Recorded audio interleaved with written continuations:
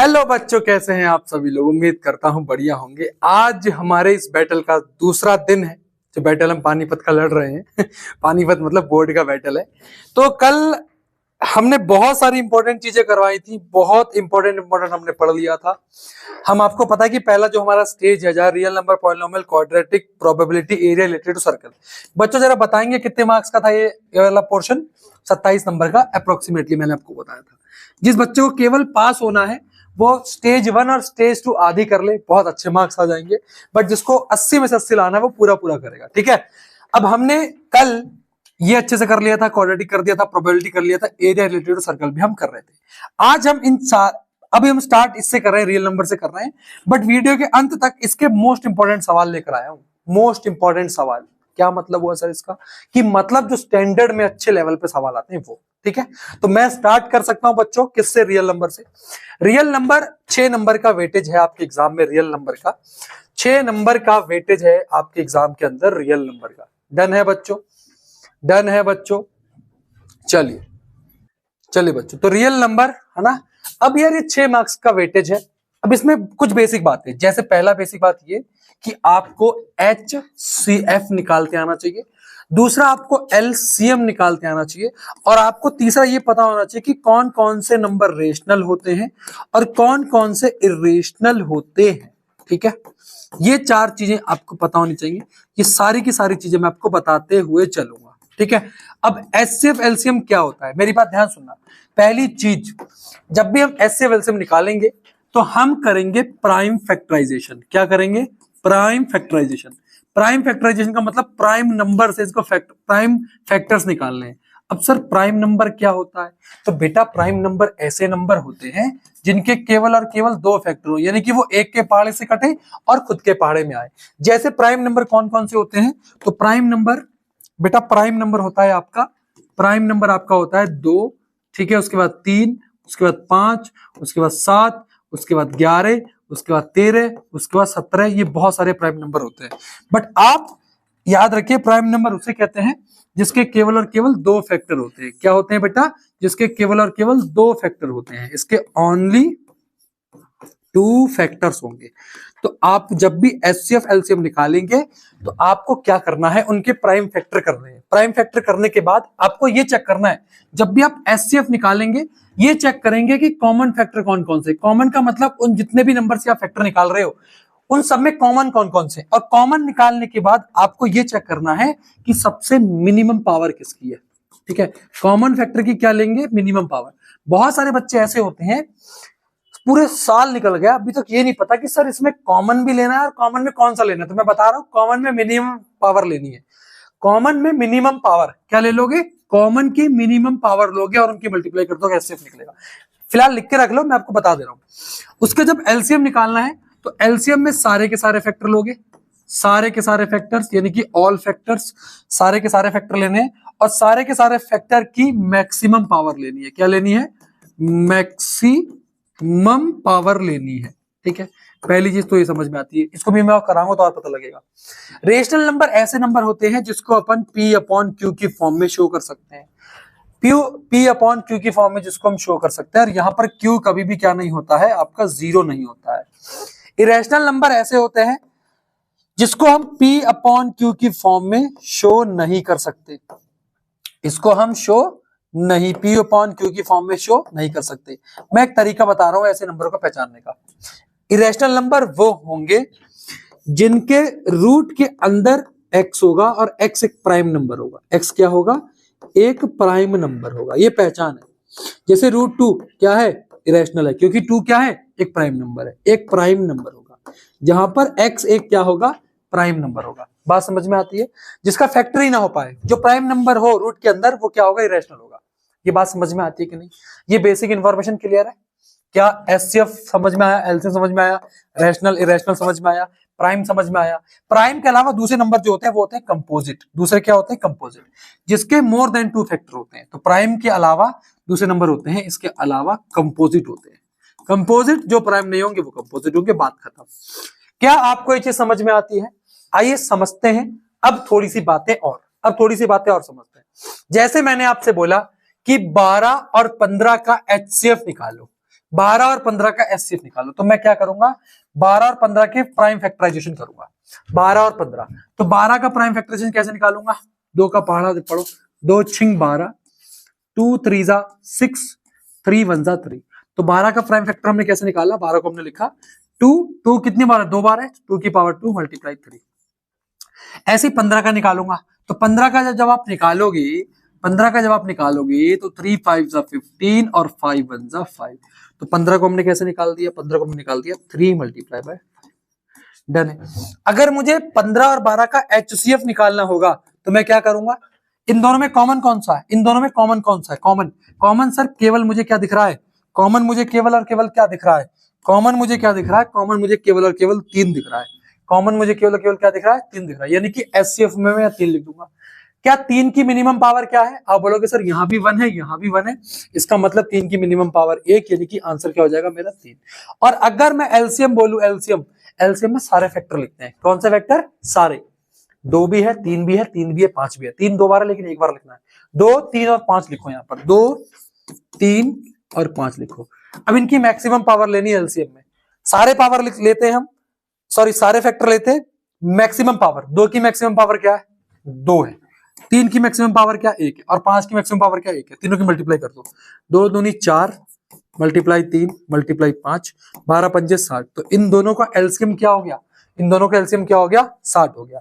लेकिन एक फॉर्मूला मैं आपको बता रहा हूं जहां से आप बहुत सारे सवाल कन्वर्ट कर पाओगे, वो फॉर्मूला ये है कि अगर आपको 2 नंबर दिए हैं, उसका एचसीएफ और एलसीएम दिया है, तो एचसीएम एचसीएफ की जब मल्टीप्लाई करोगे एलसीएम से, तो ये बराबर आएगा उन दोनों नंबर के प्रोडक्ट के। यहां से आपको मैं इस बार एक नंबर क्वेश्चन दिखा दूंगा बोर्ड के अंदर, ये आपका दिखाई देगा, ठीक है। तो बच्चों क्या बोला मैंने, ये फॉर्मूला याद रखना कि अगर आपके पास 2 नंबर गिवन है, उसका एचसीएफ एलसीएम गिवन है, तो जो एचसीएफ और एलसीएम का प्रोडक्ट आएगा वो उन दोनों नंबर का प्रोडक्ट भी आएगा।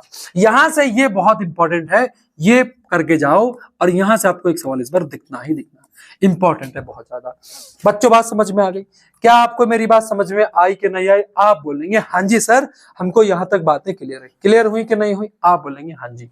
चलो आगे बढ़ते हैं मेरे प्यारे भाई, पहले ना इस कंसेप्ट पे भर भर के क्वेश्चन करवाता हूं, आओ इस कंसेप्ट पे पहले भर भर के मेरे प्यारे दोस्त आपको क्वेश्चन करा देता हूं, ठीक है जी। आप बोलेंगे हाँ जी सर, बिल्कुल सही बात है, बिल्कुल सही बात है, बिल्कुल सही बात है ना बेटा। चलो तो पहला सवाल है आपकी आंखों के सामने, पहला सवाल है आपकी आंखों के सामने, ये रहा पहला सवाल रहा ये। चलिए बनाएंगे इस सवाल को बेटा, बनाएंगे, आइए मेरे प्यारे दोस्त, मेरे प्यारे दोस्त, अगर एचसीएफ 306 और 657 का एचसीएफ 9 है, तो क्या एलसीएम क्या होगा। अरे एचसीएफ दिया है मेरे भाई, नंबर कौन कौन से दिए हैं, 306, 306 और 657, ये 2 नंबर दिए हैं, इन दोनों का एचसीएफ आपको दिया मेरे प्यारे भाई 9 दिया, क्या दिया मेरे प्यारे भाई 9 दिया। आपसे एलसीएम पूछा है, आपसे एलसीएम पूछा है, आप बोलेंगे हाँ जी सर, क्या होगा, एचसीएफ मल्टीप्लाई एलसीएम बराबर दोनों नंबर का प्रोडक्ट, बराबर 2 नंबर का प्रोडक्ट, 2 नंबर का प्रोडक्ट। एचसीएफ कितना दिया, 9, एलसीएम निकालना है, एलसीएम निकालना है प्यारे बच्चे, एलसीएम निकालना है। और ए की वैल्यू दी है 306, ए की वैल्यू दी है 306 और बी की वैल्यू दी है 657, 657। आपको केवल और केवल क्या निकालना है मेरे प्यारे भाई, एलसीएम निकालना है। 306 मल्टीप्लाई 657 बट्टे 9, बट्टे 9। अब जरा ऑप्शन चेक कर लेते हैं, ऑप्शन सारे के सारे बहुत क्लोज दिए हैं, सारे के सारे बहुत क्लोज दिए। बेटा बात समझ में आती है कि नहीं, आप बोलेंगे हाँ जी सर। क्यों क्लोज का मतलब है कि सब में लास्ट में 8 दिया है, तो यूनिट डेट तो चेक नहीं करना, अब यहाँ एप्रोप्रिएट सॉल्व ही करना पड़ेगा, एप्रोप्रिएट सॉल्व ही करना पड़ेगा। तो 9 काटो, इसे 9 से ही कटेगा 34 बार, कितनी बार कटेगा मेरे प्यारे भाई, 34 बार। 34 की 657 से मल्टीप्लाई करो, 34 की 657 से मल्टीप्लाई करो बेटा, करना पड़ेगा, करना पड़ेगा। क्या आएगा बेटा, 34 की 657 से मल्टीप्लाई करेंगे तो ऑप्शन नंबर 20 क्वेश्चन का आंसर हो जाएगा 22338। अब इस आंसर को रट लो, बताओ क्यों, क्योंकि सवाल एग्जाम में तुम्हें दिखेगा, तो याद रखना यहाँ पर 2 2 3 3 8 आएगा। देखो सारे ऑप्शन ना ऐसे दे रखे हैं जहां बच्चा कंफ्यूज हो जाए, समझ में आया, 2 2 3 3 8, ठीक है ना। आप बोलेंगे हाँ जी सर, हमको ये चीजें क्लियर क्लियर है, आप बोलेंगे हाँ जी सर। चलिए आगे बढ़ते हैं बेटा, आगे बढ़ते हैं, चलिए आगे बढ़ते हैं, बनाइए इस सवाल को, बनाइए। The product of non-zero rational and irrational number is। चलो बेटा एग्जाम्पल से करते हैं। प्रोडक्ट ऑफ, प्रोडक्ट मतलब मल्टीप्लाई करनी है, प्रोडक्ट मतलब मल्टीप्लाई करनी है। A non zero rational number, rational number क्या हो सकता है? अरे रैशनल नंबर मेरे प्यारे भाई दो ले लिया मैंने, मेरा मतलब था एक भी ले लेता मैं। रैशनल मतलब 2/1 यार, 2/3 ले लिए बे, ले ये हो गया इरेशनल, समझ में आया। एंड इरेशनल नंबर, इरेशनल क्या होता है? रूट के अंदर कोई भी प्राइम नंबर ले लो, रूट के अंदर कोई भी प्राइम नंबर ले लो, जब आप इन दोनों की मल्टीप्लाई करोगे तो मेरे प्यारे भाई आंसर आएगा 2√3/3। याद रखेंगे जब भी हम किसी भी इरेशनल नंबर की मल्टीप्लाई रैशनल से करते हैं, तो वो नंबर हमेशा क्या रहेगा? इरेशनल रहेगा। क्या रहेगा मेरे प्यारे बच्चे? रैशनल रहेगा। ये चीज याद रखिएगा। मैंने क्या बोला? जब भी मैं रैशनल और इरेशनल की मल्टीप्लाई करूंगा तो आंसर हमेशा इरेशनल रहेगा। ऑप्शन नंबर ए आंसर हो गया। क्या मैं और कंक्लूजन ड्रॉ कर सकता हूं? बिल्कुल कर सकता हूं। जब मैं दो रैशनल नंबर की मल्टीप्लाई करूंगा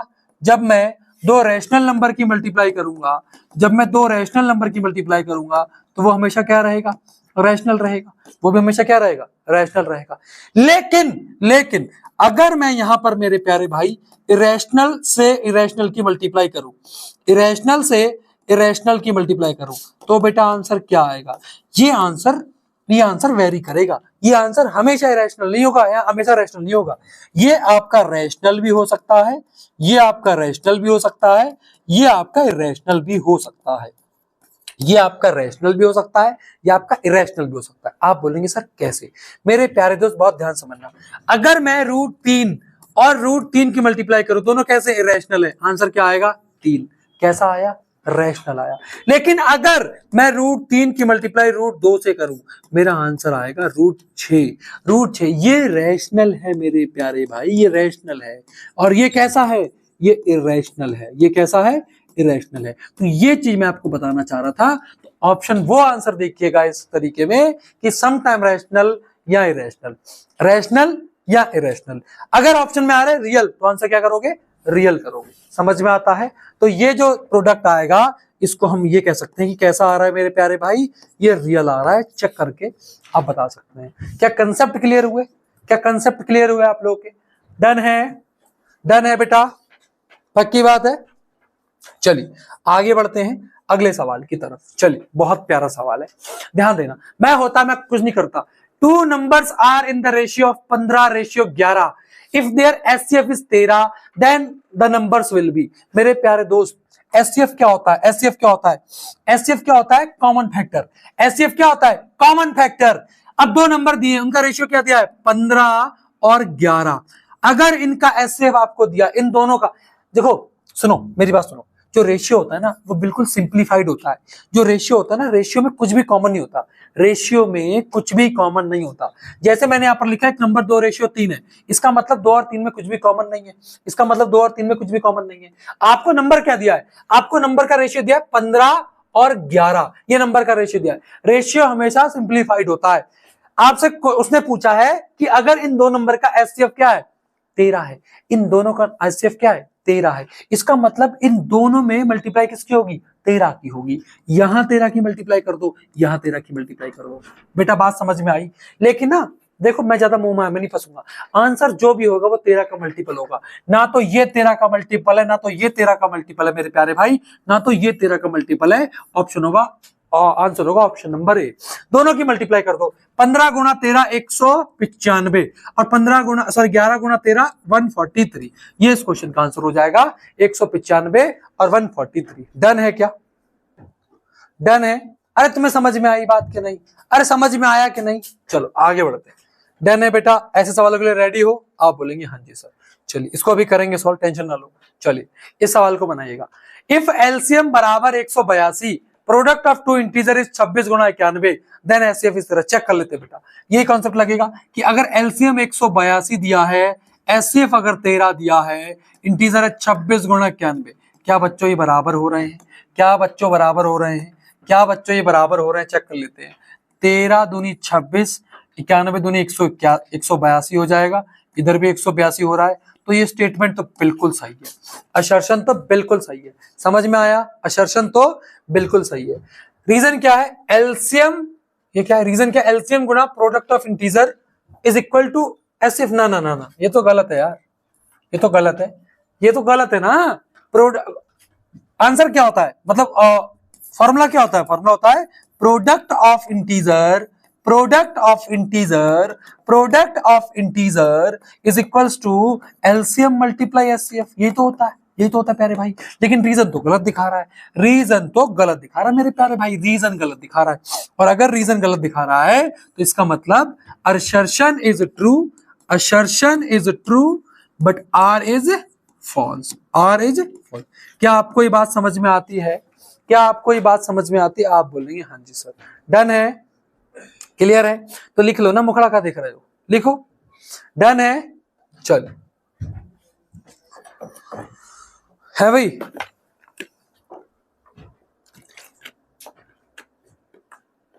चलिए अगले सवाल की तरफ बढ़ते हैं, बनाइएगा इस सवाल को।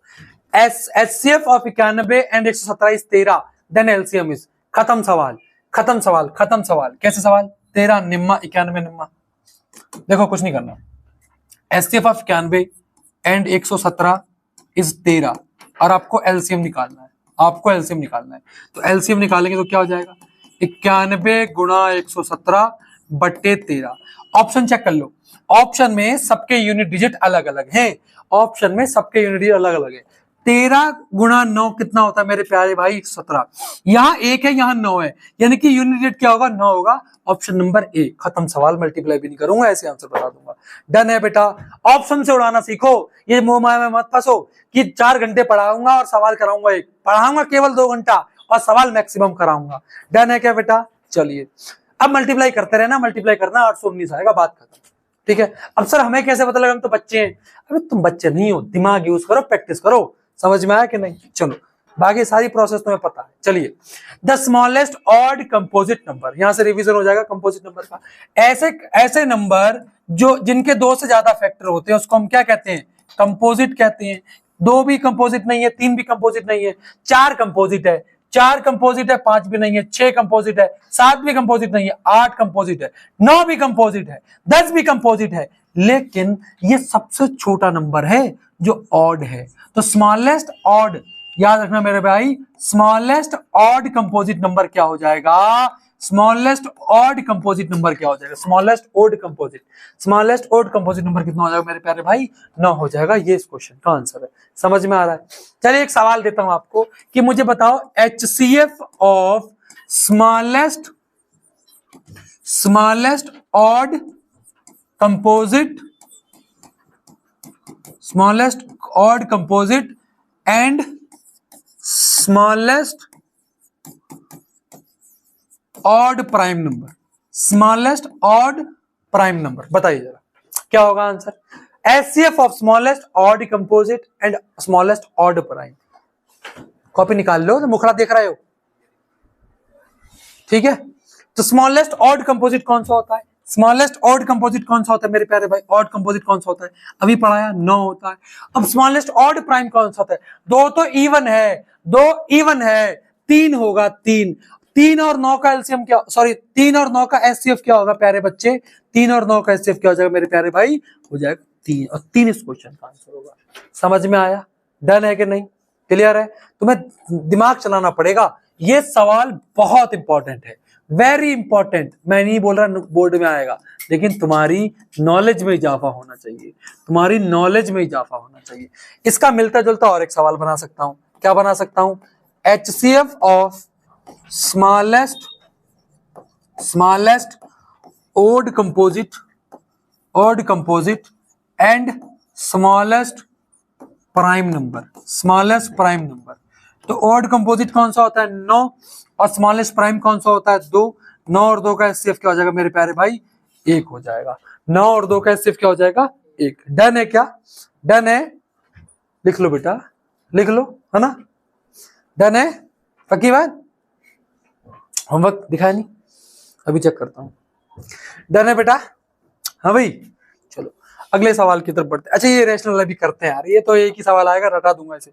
चलिए बनाओ, root two is an irrational number, root two is an irrational number, बिल्कुल सही बात है। अभी बोला रूट के अंदर अगर कोई प्राइम नंबर आ रहा है तो क्या होगा, इरेशनल होगा।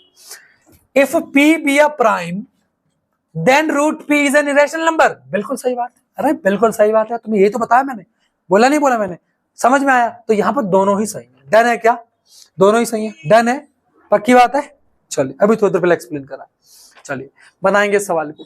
पी स्क्वायर बराबर 32/70, पी स्क्वायर बच्चों, पी स्क्वायर बराबर 32/70। अब स्क्वायर हटाऊंगा उधर क्या लग जाएगा, आप बोलेंगे सर यहाँ लगेगा रूट, क्या लगेगा, रूट 32/70। क्या सिंप्लीफाई हो सकता है, क्या सिंप्लीफाई हो सकता है, कर सकते हैं। देखो 32 को मैं ऐसे लिख सकता हूँ, 32 को मैं ऐसे लिख सकता हूँ, 32 का मतलब है 4 गुना 8 यानी कि 16 गुना 2, 16 गुना 2। और 70 का मतलब क्या है, 70 का मतलब क्या है, 70 का मतलब 70 का मतलब कुछ नहीं है ना, 10 गुना 7 नहीं, 35 गुना 2 नहीं बन रहा, 25 भी नहीं बनना, तो ये 70 को 70 रहने दो भाई, 70 को 70 रहने दो। ऊपर से आ गया 4, ऊपर बचा √2, ठीक है, √2 और नीचे बच जाएगा पूरा √70, ठीक है, √70, ठीक है, √70। तो ये क्या क्या रहेगा, ये रैशनल ही तो रह रहा है, ये रैशनल ही रह रहा है, होल इंटीजर रैशनल या इरेशनल। तो ये आंसर आ गया option number D, irrational number ही रहेगा, ठीक है, समझ में आ गया। रूट हट ही नहीं रहा वहां से, हटेगा ही नहीं, ठीक है जी, डन है मेरे प्यारे भाई। आप बोलेंगे हाँ जी सर, बिल्कुल सही बात है, ठीक है जी। कोई दिक्कत मेरे प्यारे भाई, कोई प्रॉब्लम तो नहीं है भाई। चलो आगे बढ़ते हैं अगले सवाल की तरफ। The HCF of 70, 72 and 432, HCF of 70, 72 and 432। देखो मेरे प्यारे भाई, एचसीएफ पूछा है, 5 तो आने से रहा, 5 तो आने से रहा, 5 क्यों आने से रहा मेरे प्यारे भाई, ना तो ये 5 का मल्टीपल है ना तो ये 5 का मल्टीपल है, बात खत्म, खत्म सवाल। 13 भी आने से रहा, ना तो ये 13 का मल्टीपल है ना तो ये 13 का मल्टीपल है, हो सकता है वो लेकिन ये नहीं हो सकता। 7 में आने से रहा, ना तो 30 7 का मल्टीपल है ना 72 मल्टीपल है, 6 आंसर होगा, बात खत्म, मैं पेन भी नहीं उठाऊंगा। डन है क्या, क्लियर है। अब बहुत सारे अनाड़ी बच्चे पूछेंगे सर ये कैसा है, तुम्हारे बस की नहीं है, छोड़ो तुम। देखो 30 का मतलब क्या हुआ, 30 का मतलब मेरे प्यारे भाई 2 गुणा 3 गुणा 5, ये तो हुआ, आप बोलेंगे हाँ जी सर।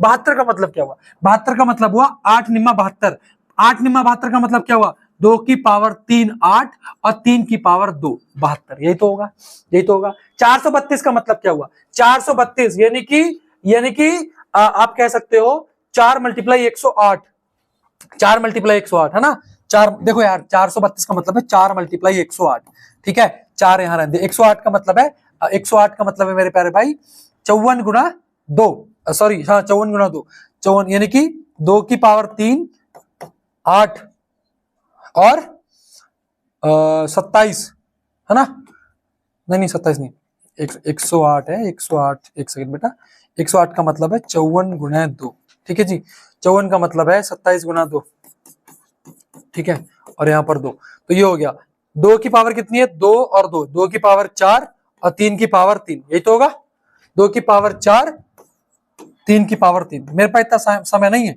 तुम लिख के इसको पूरा कर लो, डन है क्या, ये फैक्टर बने।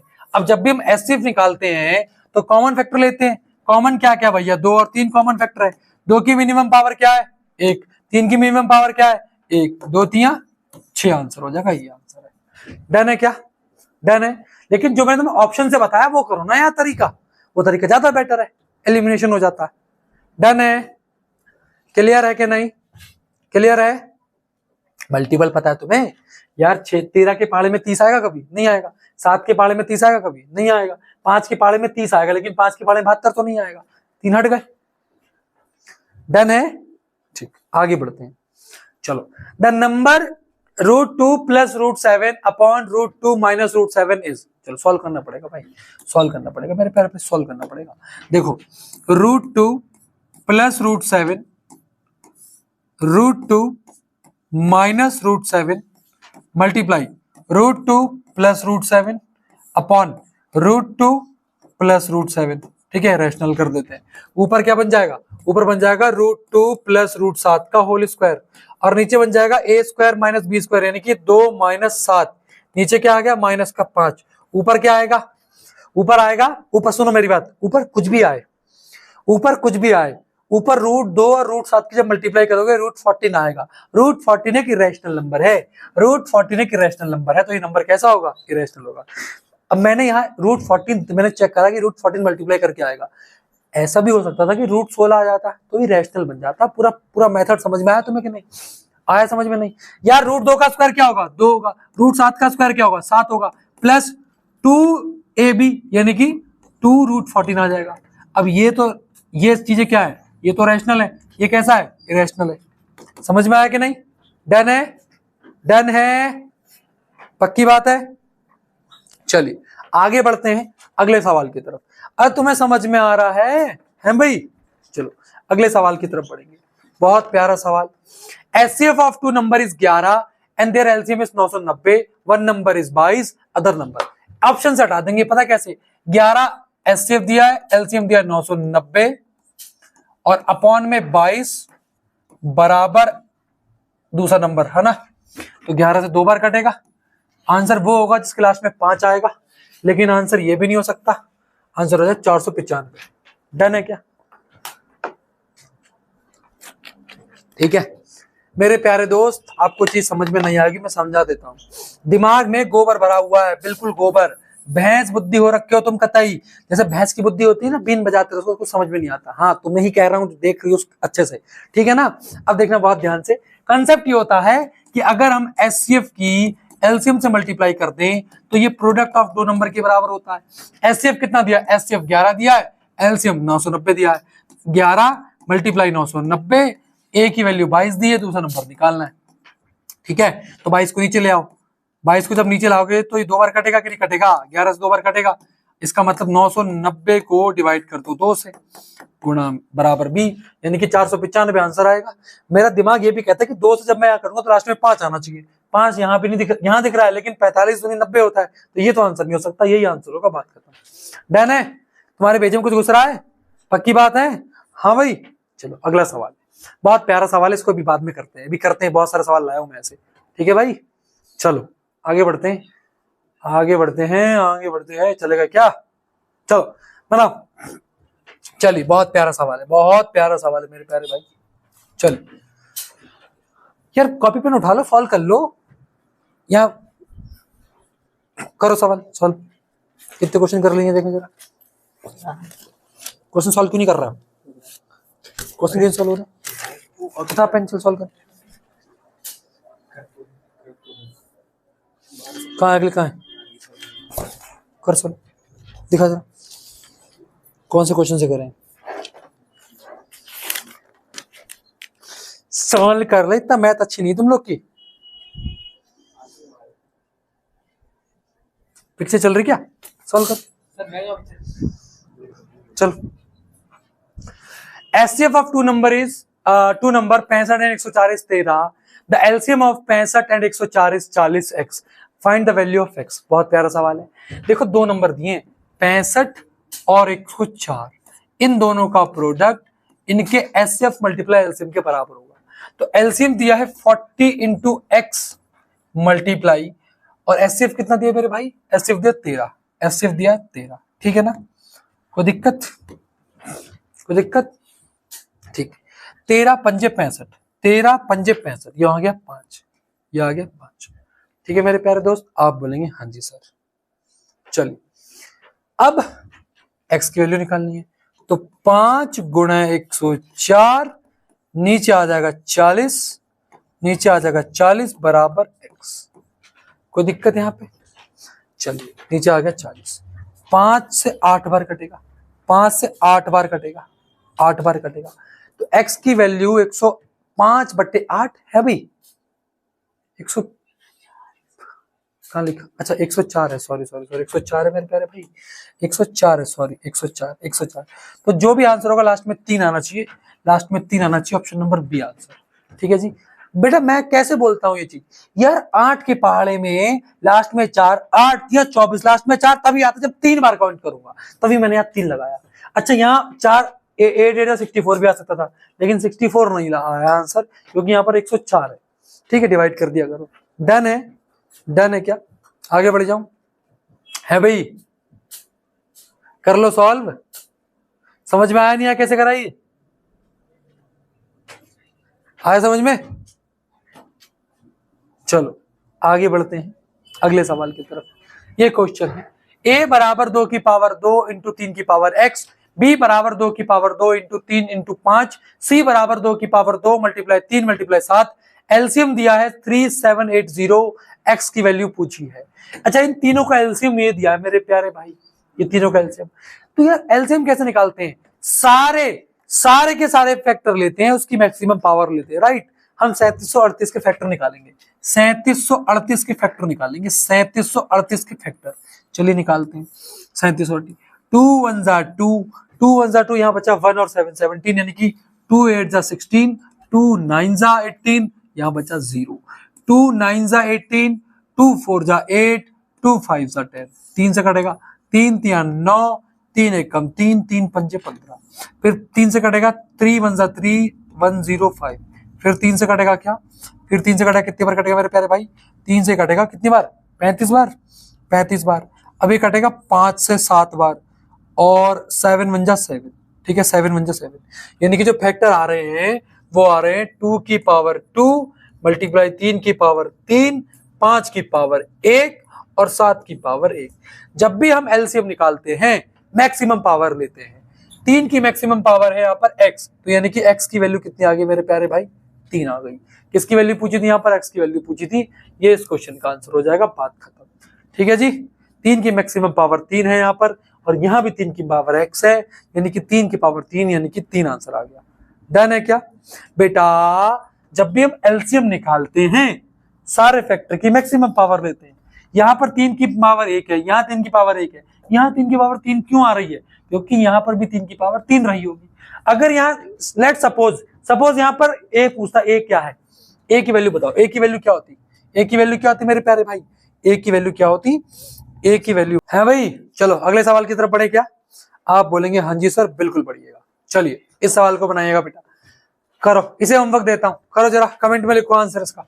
बहुत जो सिखाया वही लगेगा इधर, लिखो कमेंट में इसका आंसर है भाई, कमेंट में लिखो इसका आंसर। चलिए क्या आंसर आएगा बेटा? कर देना इसे। चलिए अगला सवाल, वेरी इंपॉर्टेंट सवाल, वेरी इंपॉर्टेंट सवाल। क्या है सवाल? है the positive integer p and q can be express p बराबर 18 इंटू ए स्क्वायर b की पावर 4, q की वैल्यू 20, a की पावर 3, b की पावर 2। एलसीएम पूछा है। आपको पता है एलसीएम में मैक्सिमम पावर होती है। ऐसा ऑप्शन आंसर होगा यहाँ a की पावर 2 है, यहाँ a की पावर 3 है। ऐसा ऑप्शन आंसर होगा जहां पे a की पावर 3 होगी, ऑप्शन नंबर डी। बस इससे ज्यादा बढ़ के नहीं बता सकता, इससे ज्यादा बढ़ के नहीं बता सकता। अगर से जानना है तो बच्चों की तरह करते हो, लेबर वर्क कर लो। लेबर देखो दो तरह की क्लास होती है। एक होती है लेबर क्लास, एक होती है एरिस्टोक्रेटिक क्लास। लेबर क्लास इसलिए है क्योंकि उसका दिमाग लेबर क्लास की तरह ही काम करता है हमेशा। समझ में आया कि नहीं? ठीक है, ए की पावर 2 या ए की पावर 3, एलसीएम में मैक्सिमम पावर होती है। यहाँ ए की पावर 2 है, यहाँ ए की पावर 3 है। आंसर वो होगा जहां ए की पावर 3 होगी, ना तो यहाँ है, ना तो यहाँ है, ना तो यहाँ है। ऑप्शन डी मेरा आंसर था। ये इस क्वेश्चन का आंसर हो गया, बात खत्म। तुम्हें ज्यादा करना है तुम ऐसे फैक्टर कर लो। 18 का मतलब हो गया 2 इंटू 3 की पावर 2 इंटू ए की पावर 3, ए की पावर 2, बी की पावर 4। 20 का मतलब हो गया 2 की पावर 2 इंटू 5, ए की पावर 3, बी की पावर 2। ठीक है, अब इसके कॉमन फैक्टर में कॉमन फैक्टर लिख लो, मैक्सिमम पावर ले लो, एलसीएम निकाल दो। 180 ए की पावर 3, बी की पावर 4 आएगा। समझ में आता है? आप बोलेंगे हाँ जी सर। देखो ऐसे सवाल मैंने करवा रखे हैं। HCF of smallest 2 digit number, smallest 2 digit number क्या होगा मेरे प्यारे भाई? स्मॉलेस्ट 2 डिजिट नंबर होगा 10। And smallest composite number, smallest composite number होगा मेरे प्यारे दोस्त 4। 10 और 4 का एलसीएम, 10 और 4 का एलसीएम होगा 2, 10 और 4 का एलसीएम होगा 2। बात खत्म। ठीक है जी, क्या पूछा है भाई? एचसीएफ पूछा है ना, तो ऐसे भी तो बोल रहा हूं। 10 और 4 का एचसीएफ होगा 2, 10 और 4 का एचसीएफ होगा 2। ठीक है, और अगर एलसीएम पूछ देता तो एलसीएम आता 20। एलसीएम क्या आता मेरे प्यारे भाई? 20 आता। ये चीज समझ में आती है तुम्हें कि नहीं आती है? आप बोलेंगे हाँ जी सर। स्मॉलेस्ट 2 डिजिट नंबर 10 और स्मॉलेस्ट कंपोजिट नंबर आपका 4 है। ठीक है जी, डन है क्या? चलिए अगले सवाल की तरफ बढ़ते हैं। बहुत प्यारा सवाल। 1080 बराबर 2 की पावर x, 3 की पावर y और 5। बच्चों देखो फिर बोलूंगा, दिमाग वाले बच्चे बनो, दिमाग वाले। यार 1080 का मतलब क्या हुआ? 1008। 1008 का मतलब होता है 12 गुणा 9, और इसकी 10 से मल्टीप्लाई कर दूंगा तो 1080 आ जाएगा। 12 का मतलब है 2 की पावर 2 इंटू 3, और 3 9 का मतलब है 3 की पावर 2, और 10 का मतलब है 2 की पावर 5। अब यहाँ पे 2 की पावर कितनी हो गई? 2 की पावर 3 हो गई, 3 की पावर भी 3 हो गई, और 5 की पावर 1 हो गई, यानी कि x माइनस वाई, यानी कि 3 माइनस 3, आंसर आएगा मेरा 0। आंसर आएगा मेरा 0। बात समझ में आई कि नहीं आई? आप बोलेंगे हाँ जी सर, हमको ये चीजें क्लियर है। डन है? डन है क्या? डन है? ठीक है बेटा, फैक्टर बनाने पड़ेंगे। ये मैंने फैक्टर अपने तरीके से बनाए, तुम्हारा दिमाग जैसा दिमाग चल रहा है तुम ऐसे फैक्टर बना लो। ठीक है जी, तुम ऐसे फैक्टर बना लो। 1080 कैसे करके, 1080 कैसे करके बना लो? 1080 2 से करोगे तो ये आ जाएगा 540, सॉरी 540, 5040 को लिख रहा हूँ, 540। फिर कर लो तो ये आएगा 270, फिर ऐसे कर लो, ऐसे करते चलो, यही आएगा अंत में रिजल्ट। ठीक है, यही आएगा अंत में रिजल्ट। डन है क्या? डन है बेटा? चलो 132 और 77, 132 और 77 11 का मल्टीपल होना चाहिए। 11 के मल्टीपल सारे दिख रहे हैं, लेकिन ये आंसर नहीं हो सकता, ये नहीं हो सकता। 77 है लेकिन 132 नहीं आएगा, ऑप्शन नंबर ए आंसर। बात खत्म। डन है क्या? डन है क्या? ऐसे पूछा गया 132 और 77 का। 132 का मतलब है 12 गुणा 11, और 77 का मतलब है 7 गुणा 11। कॉमन केवल यही आ रहा है। समझ में आया कि नहीं आया? मैंने क्या दिमाग चलाया था भाई, अगर 44 एचसीएफ होगा तो 44 के पाले में 132 तो आएगा, लेकिन 44 के पाले में 77 कभी नहीं आएगा। 22 के पाले में 132 तो आएगा, 22 के पाले में 77 कभी नहीं आएगा। 77 के पाले में 77 आएगा, लेकिन 77 के पाले में 132 नहीं आएगा। 11 के पाले में दोनों आएंगे। बात खत्म। ये दिमाग लगाओ, भैंस बुद्धि मत बनो। ठीक है, समझ में आया कि नहीं आया? गुणगान मत गाओ, जो तुम्हें ट्रेडिशनल तरीके से पढ़ा रहे मत पढ़ो, ऐसे टीचर से पढ़ो तुम तेज बनाए, तुम्हारा दिमाग तेज चलने लगे। ठीक है ना? वो दिमाग मतलब वो जो रिलेटिव बनी है दिमाग में, दिमाग धीमा हो जाएगा। धीमा पढ़ाने वाला तुम्हें धीमा कर देगा, ये चीज याद रखना। ठीक है, समझ में आया कि नहीं आया? तेज बनो, तेज। डन है बच्चों? डन है? आप बोलेंगे हाँ जी सर, हमें ये चीजें क्लियर है। क्लियर है क्या बच्चों? क्लियर है क्या? आपको ये रियल नंबर क्लियर हुआ? क्या आपको रियल नंबर क्लियर हुआ? आप बोलेंगे हाँ जी सर। लेकिन एचसीएफ और एलसीएम के अलावा, ये बेसिक के अलावा, इसमें आएंगे प्रूविंग वाले सवाल, वो भी मैं करा के जा रहा हूं आपको। ठीक है जी, प्रूविंग वाले सवाल। बच्चों क्या बोलते हो, प्रूविंग वाले कर लें? बच्चों क्या बोलते हो, प्रूविंग वाले सवाल कर लें? आप बोलेंगे हाँ जी सर, ये सवाल हमको कर लेने चाहिए। ठीक है जी, चलिए ये सवाल देखना। एक और सवाल अच्छा है। In a teacher workshop the number of teacher teaching French, Hindi and English are 48, 80 and 144। Find the number of room required if in each room the same number of teacher are seated and all of them are same subject. बहुत ध्यान से समझना, all of them are of same subject, सारे के सारे same subject के होने चाहिए, सारे के सारे सेम सब्जेक्ट के होने चाहिए। पहले तो देखो सवाल क्या है। सवाल ये कह रहा है कि फ्रेंच लैंग्वेज के टीचर भी, जो कि कितने मेरे प्यारे भाई, कितने? 48। कितने? 48। और हिंदी के कितने? ये फ्रेंच के हो गए, ये हिंदी के हो गए। हिंदी कितने? 80। उसके बाद इंग्लिश के कितने? इंग्लिश के कितने बेटा? 144, 144। कितने? 144। Find the minimum number of rooms required if in each room the same number of teacher are seated. मतलब क्या हुआ, इनको कितने कमरे चाहिए बैठाने के लिए? अगर सारे के सारे कमरे में बराबर बराबर बराबर टीचर हो, तुम्हें लगता बराबर बराबर टीचर जो भी होंगे वो इनसे तो कम ही होंगे? मतलब तो इसका मतलब ये हो कि हमको ऐसा नंबर निकालना है जो तीनों को क्या कर दे? डिवाइड कर दे। जो तीनों को क्या कर दे? डिवाइड कर दे। इसका मतलब सबसे पहले मुझे क्या करना पड़ेगा? इन तीनों का एचसीएफ निकालना पड़ेगा। इन तीनों का क्या निकालना पड़ेगा? एचसीएफ निकालना पड़ेगा। एचसीएफ निकालना पड़ेगा। इन तीनों का एचसीएफ क्या आएगा बताओ फटाफट से? क्या आएगा मेरे प्यारे भाई? हाँ, एचसीएफ क्या आ रहा है? 16। आपने एचसीएफ अपने खुद के लेवल पे निकालना है। ये आपका हो गया 16। यानी कि एक कमरे में कितने टीचर बैठ पाएंगे? 16 16 16 टीचर आप बैठा सकते हो। लेकिन मुझे बताओ टोटल कितने टीचर हैं? अच्छा रूम पूछा है उसने, टोटल कितने टीचर है? टोटल कितने टीचर हैं? Total number of teachers, total number of teachers, total teachers कितने हैं? टोटल टीचर कितने हैं मेरे प्यारे भाई? 48, 80 और 144। कितना आ रहा है? डिवाइड प्लस करके बेटा कितना आ रहा है? 282 टोटल टीचर है। एक कमरे में 16 टीचर बिठाने हैं तो कितने चाहिए होंगे? 17। कितने चाहिए होंगे? 17 आपको रूम चाहिए होंगे, यानी कि 17 रूम चाहिए होंगे। 17 रूम, 17 इस क्वेश्चन का आंसर हो जाएगा। डन है। फिर से समझना बेटा, फ्रेंच, हिंदी और इंग्लिश के इतने टीचर हैं।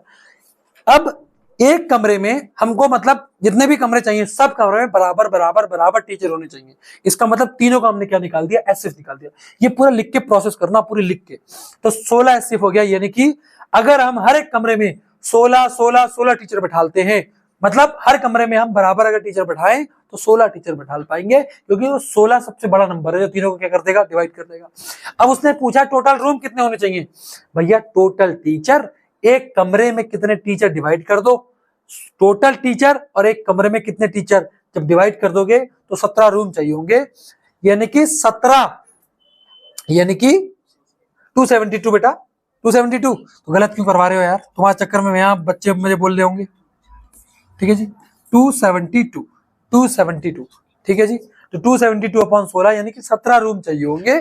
17 इस क्वेश्चन का क्या हो जाएगा? आंसर हो जाएगा। डन है। अब कोई दिक्कत तो नहीं? ठीक है बेटा, ठीक है। अब मेरी बात बहुत ध्यान से देखना। अब सेम सवाल मैं आपको दे रहा हूं लैंग्वेज बदल के, सेम सवाल आपके लाया हूं मेरे प्यारे भाई, लैंग्वेज बदल के ये सवाल रहा। 156, 208 और 260 student in a group ABC, buses are to be hired to take them for a field trip. Find the minimum number of buses to be hired if the same number of students should be accommodated in each bus. ठीक है जी। तो 156, 208 और 260 का क्या निकालो? SCF निकालो। ठीक है जी, तो ये निकालो, इसको आप होमवर्क में करेंगे और इसको कमेंट बॉक्स में लिखो। वेरी इंपॉर्टेंट सवाल है मेरे प्यारे भाई, वेरी इंपॉर्टेंट सवाल यहाँ लिख देता हूँ, वेरी इंपॉर्टेंट। और 3 मार्क्स में ये सवाल है, 3 मार्क्स में सवाल आ रहा है। इसका कमेंट सेक्शन में आंसर लिखेंगे, बेटा। ठीक है जी, डन है। आप बोलेंगे हाँ जी सर, हमें ये चीजें क्लियर है। ठीक है, डन है भाई।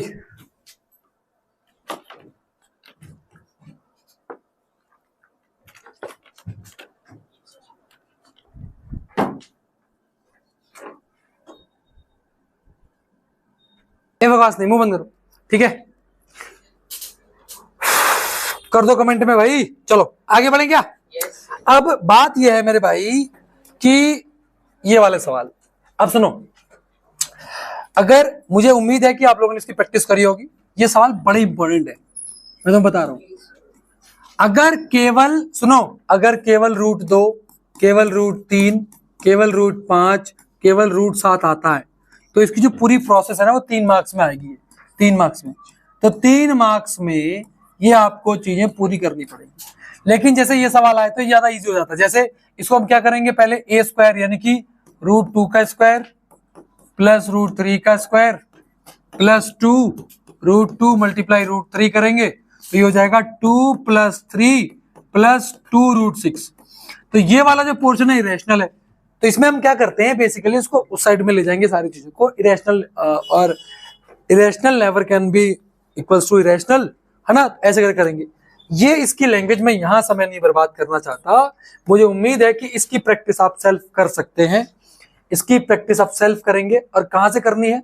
अगर आपने अब तक नहीं करी है तो मेरे YouTube पे चले आओ, जहां मैंने चैप्टर वाइज रियल नंबर करवाया था, वहां चले जाओ और वहां पर मैंने इसके दोनों का सोल्यूशन करवा रखा है। प्लीज वहां जाके इसको चेक कर लो। प्लीज यहाँ दोबारा कराऊंगा तो कोई फायदा नहीं है, इसको एक बार आप चले आओ। या फिर द लास्ट बैच मैंने एक बैच करवाया था जो मैथ का फ्री बैच था, वहां देख सकते हो। या फिर मैंने रियल नंबर का एक सेपरेट प्लेलिस्ट बनाई होगी, वो मैंने व्हाइट बोर्ड पे बनाई थी, तब मेरे पास स्मार्ट बोर्ड नहीं हुआ करता था। ठीक है जी, तो वो वाली वीडियो आप चेक कर सकते हैं, वहां मैंने सोल्यूशन अच्छे से करवा रखा है। डन है बच्चों, एक सवाल ये हो गया, और इसमें 2-3 सवाल है। ठीक है, उसमें 2-3 सवाल आते हैं, जैसे ये वाला एक सवाल हो गया, ये सवाल हो गया। ठीक है, तो ये सवाल भी इंपॉर्टेंट है, और ये 3 मार्क्स में आपको ऐसे सवाल दिखते ही दिखते हैं। ठीक है, 3 मार्क्स में ये सवाल आपको दिखते ही दिखते हैं मेरे प्यारे बच्चों। ठीक है जी, डन है ना, तो ये कर लीजिएगा, मैंने सब कर ये अपलोड कर दिया। एक सवाल ये हो गया, ये देखो 3 मार्क्स में सवाल है। उसके बाद एक लैंग्वेज का ये सवाल 2 मार्क्स में ऐसे आते हैं, और एक ये वाला मैंने आपको दे दिया है। ठीक है, ये कर जाइएगा, ये इंपॉर्टेंट है, प्लीज इसको आज ही कर लेना, कल मैं होमवर्क में चेक करूंगा। आप लोग का मैं होमवर्क में चेक करूंगा कल ही।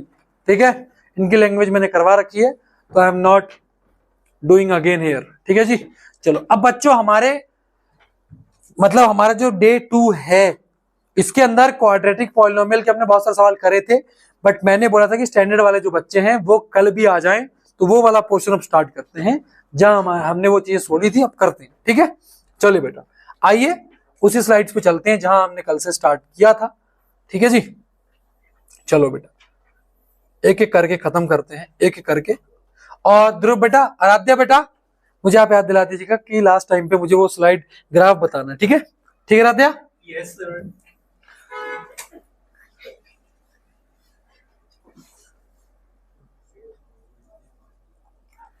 चलिए ये सवाल है, देखिएगा। चलिए बेटा, चलिए। If alpha and beta are the zeros of this polynomial such that alpha plus beta, beta plus 1, sorry alpha plus 1, beta plus 1 is बराबर 0, then c is equals to, बहुत प्यारा सवाल है, बहुत प्यारा सवाल। हमको निकालना क्या है? चलिए पहले बेटा प्रयास करेंगे, खुद से करेंगे बेटा। चलो निकालो, स्टैंडर्ड लेके बैठे हो, करे जरा। If alpha and beta are the zeros of this polynomial such that alpha plus 1, beta plus 1 बराबर 0 है, तो सी का मान निकालना है। यहां फोकस करो, यहां फोकस करो मेरे प्यारे भाई, यहां पे, यहां फोकस करो, यहां फोकस करो। ये क्या दिया है? ये दिया है अल्फा प्लस 1 और बीटा प्लस 1। अगर मैं अल्फा और बीटा की मल्टीप्लाई कर दूं तो ये क्या बन जाएगा? ये बन गया अल्फा बीटा। और अगर मैं अल्फा की 1 से मल्टीप्लाई करूं तो ये क्या बन जाएगा?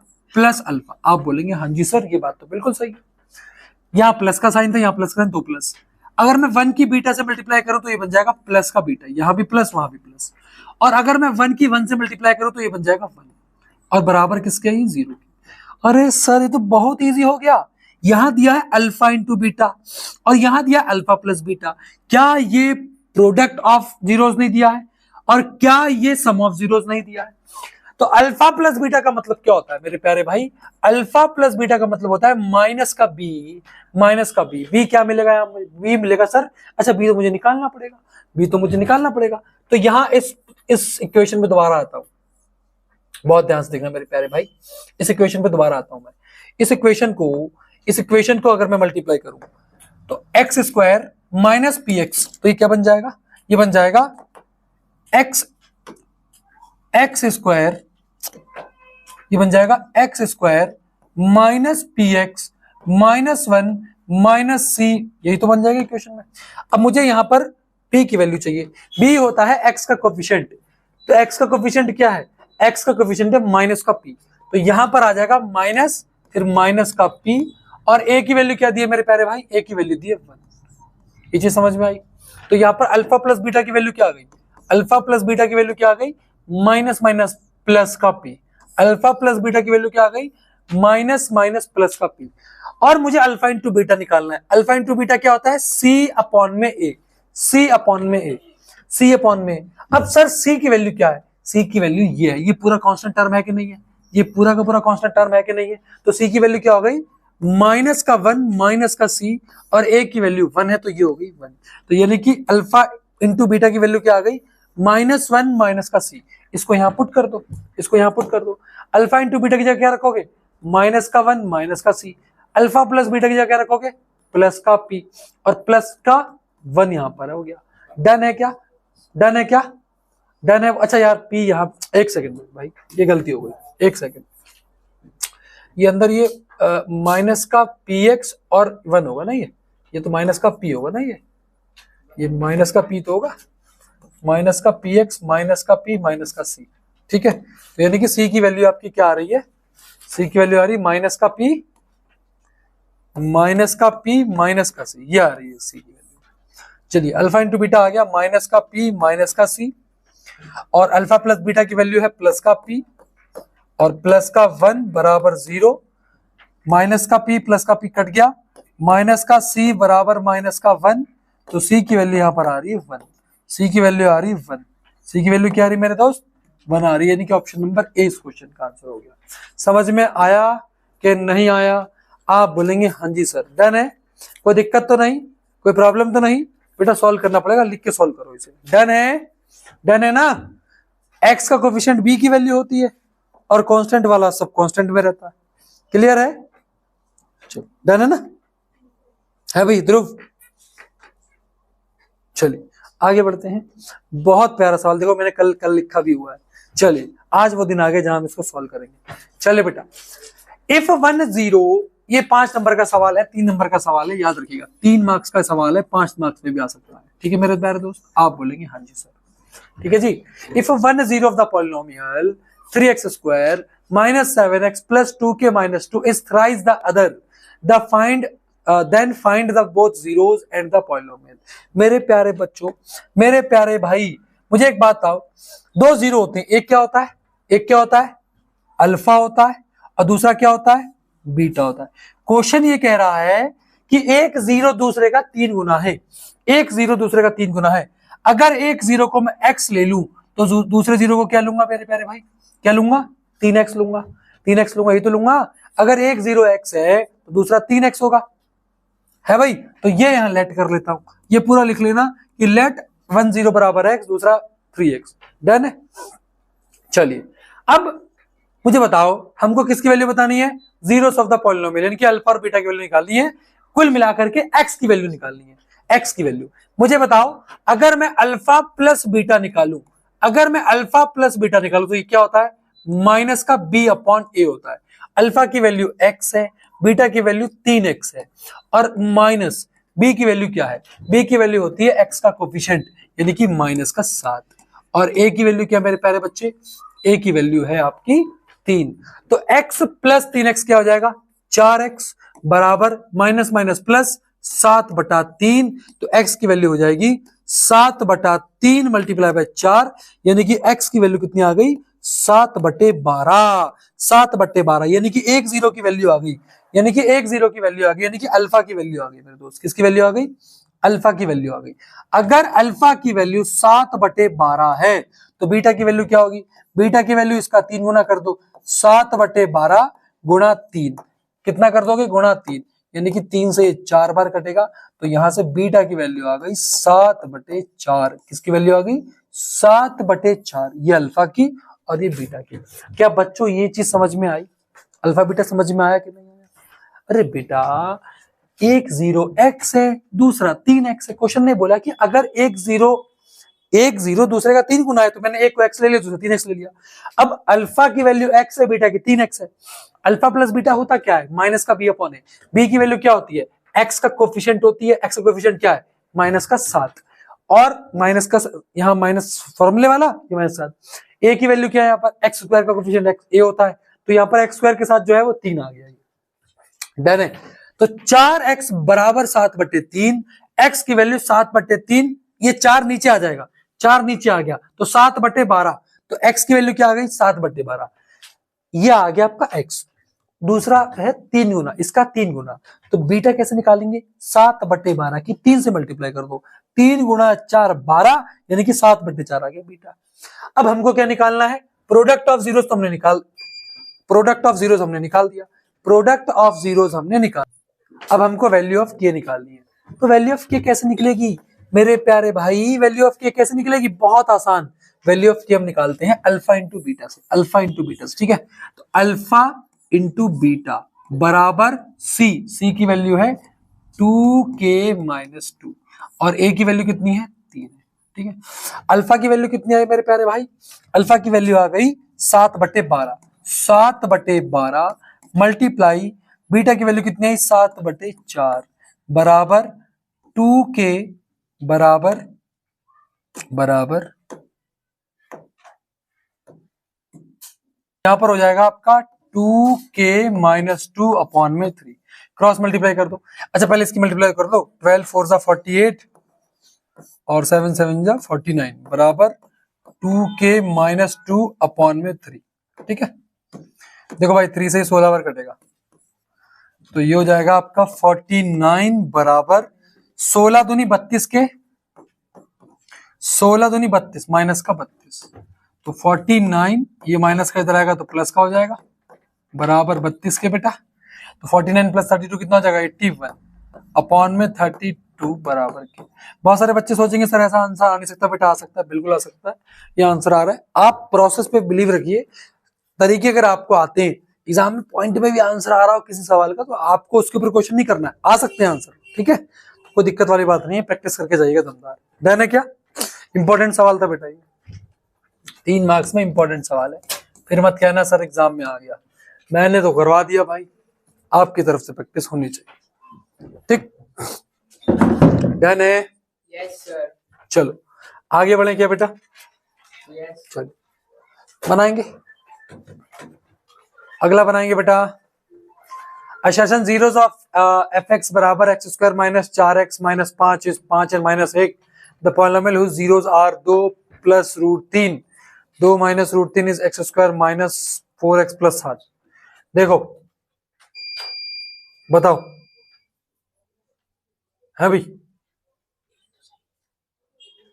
आर बताओ। आर मुझे सही सा नहीं लग रहा, कुछ लग रहा है क्या? 2 का स्क्वायर माइनस 3। देखो ए जो होगा, जो ए होगा ना, ये जो अल्फा इंटू बीटा है, देखो ए इसका देखो ये होगा x square minus alpha plus beta into x plus alpha into beta. ठीक, x square minus alpha plus beta, जब इन दोनों को जोड़ोगे तो रूट 3 से रूट 3 कट जाएगा, यहाँ तो 4 ही आ जाएगा, चलो 4x plus alpha into beta, जब इन दोनों की मल्टीप्लाई करेंगे ए स्क्वायर माइनस बी स्क्वायर होता है, 2 का स्क्वायर 4 माइनस रूट 3 का स्क्वायर 3, 4 माइनस 3 1 आएगा, तो ये गलत है, 7 नहीं होगा, यहाँ पे 1 होना चाहिए था। डन है? तो ये तो गलत है। अच्छा सही है? पक्का पक्का, बच्चों के ऊपर छोड़ रहा हूं। असर्शन कह रहा है सही है, A is true but R is false. बच्चा कह रहा है इसलिए मैं बोल रहा हूं, और है भी शायद ये आंसर इसका। डन है भाई? बेटा असर्शन निकाल लेना तो निकाल पाओगे ना, जीरोस निकालने केवल 5 पंजा 5 4 लेके आना है, तो माइनस का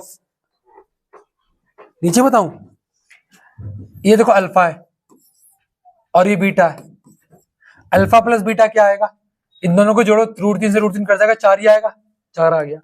अल्फा इंटू बीटा जब करोगे तो 2 plus root 3 multiply 2 minus root 3 करोगे ना, अल्फा इंटू बीटा जब करोगे।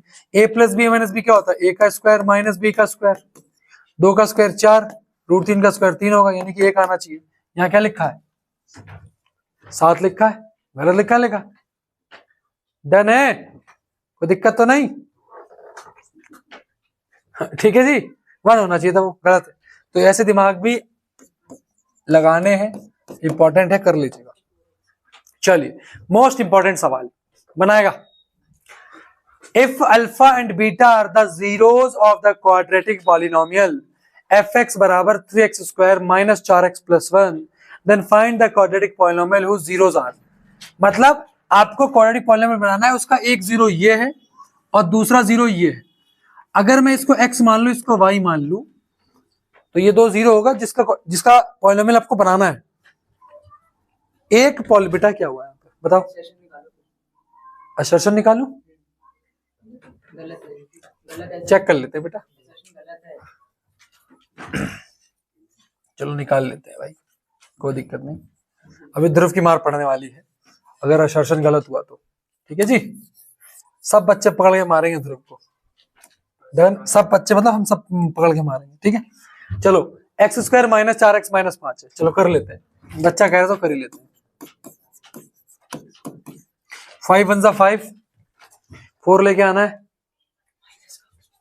माइनस का 4 लेके आना है, कोई दिक्कत वाली बात नहीं है।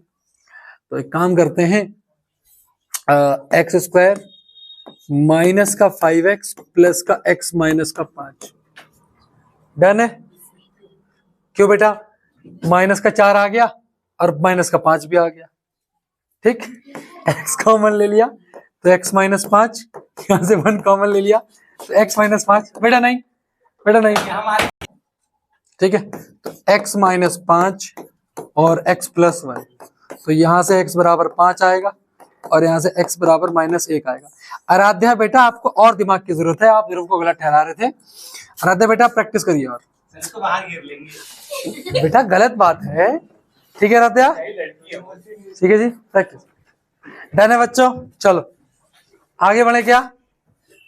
चलिए ठीक है जी, तो असर्शन सही था बेटा। आराध्या नहीं, आराध्या हमारा बच्चा है। अच्छा इधर आओ, इसको दिखाएं। ठीक है, इसका आराध्य नाम है। ठीक है जी, हमारा बच्चा ही है ये। चलो आगे बढ़ते हैं। ये सवाल कर रहे थे हम, देखो if alpha and beta are the zeros of the quadratic polynomial fx बराबर 3x square minus 4x plus 1। ठीक है, तो आपको क्वाड्रेटिक पॉलिनोमियल बनाना है, आपको इसके जीरोस निकालने हैं, इसको जीरोस निकालने, इसके जीरोस, राइट? तो इसके जीरोस क्या होंगे? यही तो होंगे, है ना?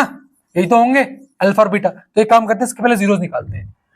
3 1 3 माइनस का 4 लेके आना है, तो यानी कि 3x स्क्वायर माइनस, इसको हम लिख सकते हैं माइनस का 3x, सॉरी माइनस का 3x और माइनस का x। आ सकता है क्या ऐसे?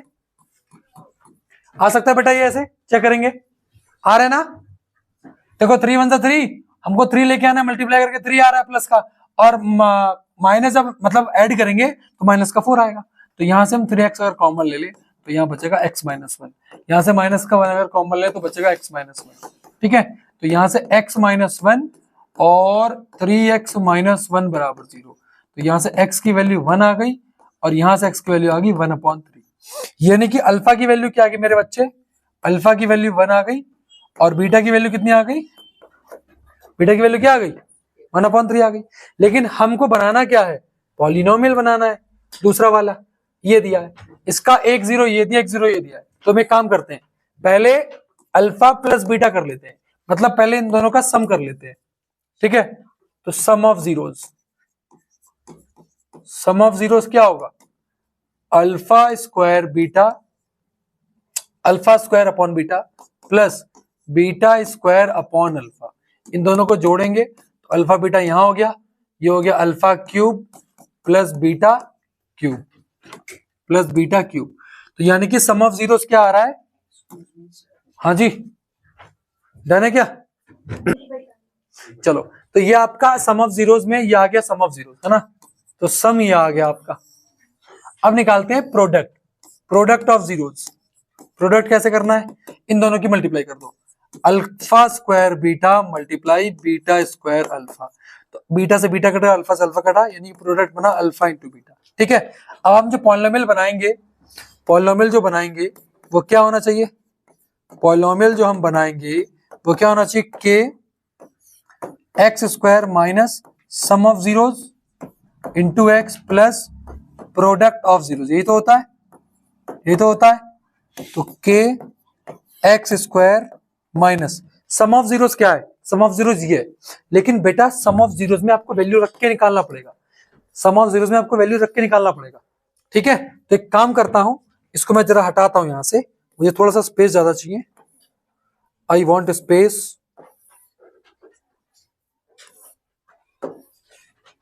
है भाई,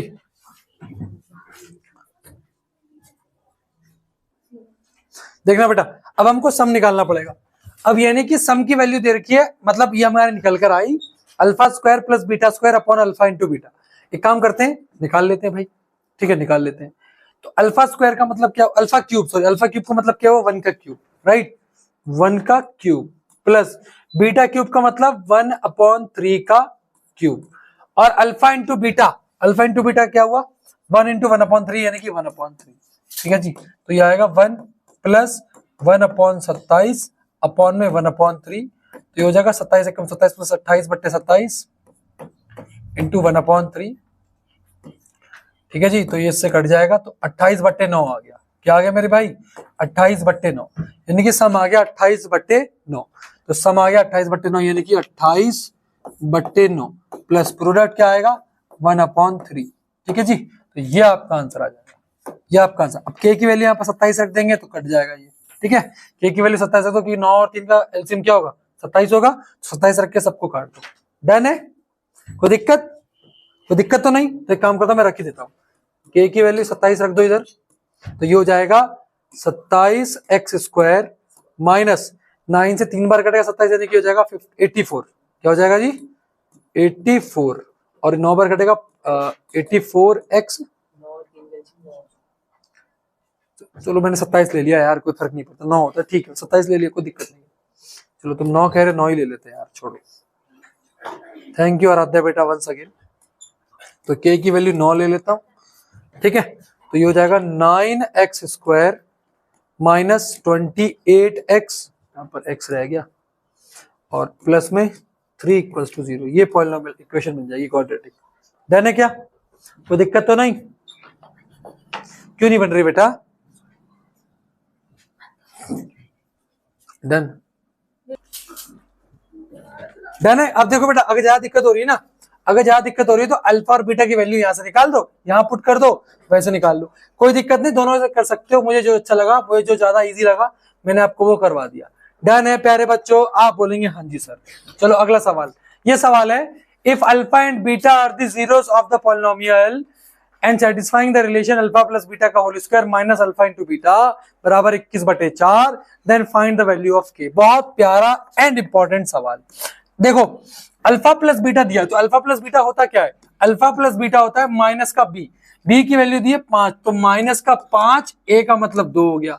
अच्छा अल्फा इंटू बीटा क्या होता है? सी अपॉन में ए, सी की वैल्यू के दी है और ए की वैल्यू 2 दी है। अब यहां पुट कर देते हैं, अल्फा प्लस बीटा की वैल्यू कितनी दी है? माइनस का 5/2 का square minus alpha into beta कितना दिया है? के अपॉन 2 बराबर 21/4, बराबर 21/4। तो माइनस 5 का स्क्वायर 25, 2 का स्क्वायर 4, 25/4 माइनस के बटा 2 बराबर 21/4। अब 4 और 2 का एलसीएम क्या होता है मेरे बच्चे? 4 होता है, तो यहाँ तो 25 रहेगा, लेकिन यहाँ पर हो जाएगा माइनस का 2k बराबर 21। ठीक है जी, 21/4, 4 से 4 कट गया, यानी कि 25 माइनस 2k बराबर 21 है, माइनस का 2k बराबर 21 माइनस 25, तो माइनस 2k बराबर माइनस का 4, माइनस से माइनस कट गया, के की वैल्यू क्या आ गई मेरे बच्चे? 2 आ गई। के की वैल्यू क्या आ गई? 2 आ गई। अब के की वैल्यू यहाँ 2 पुट करके इसका क्या निकाल दो?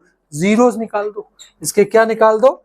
जीरोस निकाल दो। यानी कि जो इक्वेशन बन जाएगी, क्वाड्रेटिक इक्वेशन बनेगी, वो बनेगी 2x² प्लस का 5x प्लस का 2, इसके जीरोस निकाल दो। अब समझ में आया सभी को ये बात? कुछ नहीं करा है, अल्फा प्लस बीटा की वैल्यू इस इक्वेशन से निकाली, अल्फा इंटू बीटा की वैल्यू इस इक्वेशन से निकाली।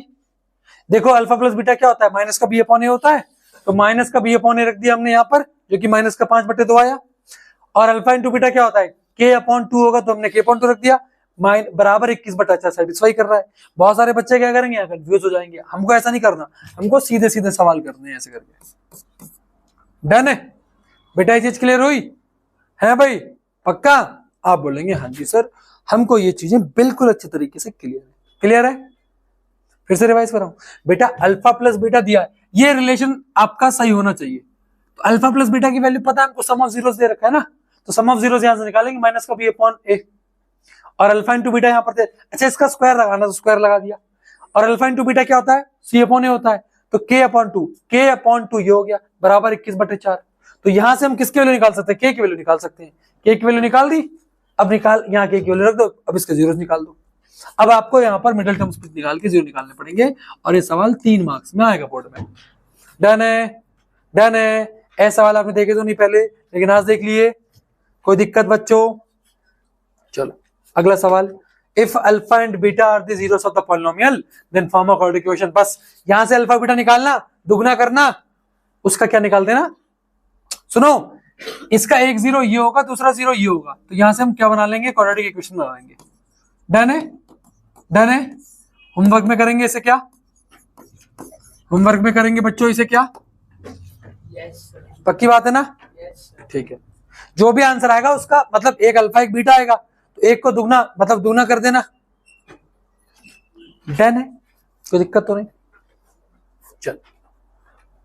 चलिए 5x² प्लस 14x प्लस 10 बराबर 0 हैज नो रियल रूट। कैसे चेक करेंगे हम? b² माइनस 4ac से चेक करेंगे। ठीक है, b² यानी कि 14 का स्क्वायर 196, 4 इंटू a इंटू सी कितना आ रहा है 196 माइनस 4 पंजे 20 गुना तो 200। भैया ये तो माइनस का 4 आ रहा है, तो ये बिल्कुल सही बात है, नो रियल रूट। ये बिल्कुल सही बात है और ये भी बिल्कुल सही बात है, सॉरी ये सही बात है, ये भी सही बात है। कैसे? b² less than minus 4ac है। नो रियल रूट कब आता है? जब b² माइनस 4ac की वैल्यू किससे छोटी हो? 0 छोटी हो। इसको उधर ले गया तो b² 4ac छोटा हो, बिल्कुल सही बात है। ये एक्चुअल में इनइक्वालिटी का चैप्टर है जो कि 11th मैथ में आप पढ़ोगे, लीनियर इनइक्वालिटीज। ठीक है, इसको मैं इधर ले आया तो ये 4ac हो गया, छोटा रह गया। नहीं कोई दिक्कत तो नहीं, कोई दिक्कत वाली बात तो नहीं है। तो इसका मतलब b² जो है वो इससे छोटा होना चाहिए, चेक करो b² इससे छोटा b है, चेक कर लो। डन है बेटा, 196 200 से छोटा नहीं है, ये छोटा ये बड़ा। बहुत सारे बच्चों को ये कंफ्यूजन है, कौन सा ऐसे बच्चों की है बेटा, हो गया। चल होमवर्क में दिया था ये तो मैंने, डुएबल था ये तो देने। चलो show solve the following quadratic equation. चलो ये वाला करो जरा, 6x² प्लस 7x माइनस 10 बराबर 0, माइनस 10 बराबर 0। तो 10 6 अच्छा कर लेता शायद, मुझे लग रहा है कल कर लेता हमने इसको। 60 और 7 लेके आना है, 12 माइनस 5 कर लिया था ये। Find the value of k for which the given equation has real and equal root. Equal और रियल रूट का मतलब b² माइनस 4ac की वैल्यू 0 के बराबर है। b² यानी 10 का square 100 minus 4 into a into k बराबर 0। तो 100 देखो 8k माइनस का 8k बराबर 100। मुझे फिर ऐसा लग रहा है कि कल कर लिया था आपसे, माइनस का 100 मैं 25 नहीं आएगा, 25/2 आएगा आंसर। माइनस से माइनस कट गया, k की वैल्यू आ गई 100 अपॉन में 8 यानी कि 25/2 आ रहा है आंसर। ठीक है 25/2 आ रहा है बेटा, डन है, कोई दिक्कत तो नहीं इसमें। चलिए बहुत इंपॉर्टेंट सवाल, ये स्टैंडर्ड में ये सवाल आपको दिख रहा है, ये सवाल 5 मार्क्स में ये क्वेश्चन दिख रहा है, बहुत प्यारा सवाल है। राधा और श्याम, सॉरी राम और श्याम, अरे राधा और श्याम नहीं, राम और श्याम। राम और Shyam together have 55 marble, both of them lost 5 marble each and the product of the marble product of the number of marble they have is 164। how many marble they had to start with। उनके पास starting में कितने marble थे?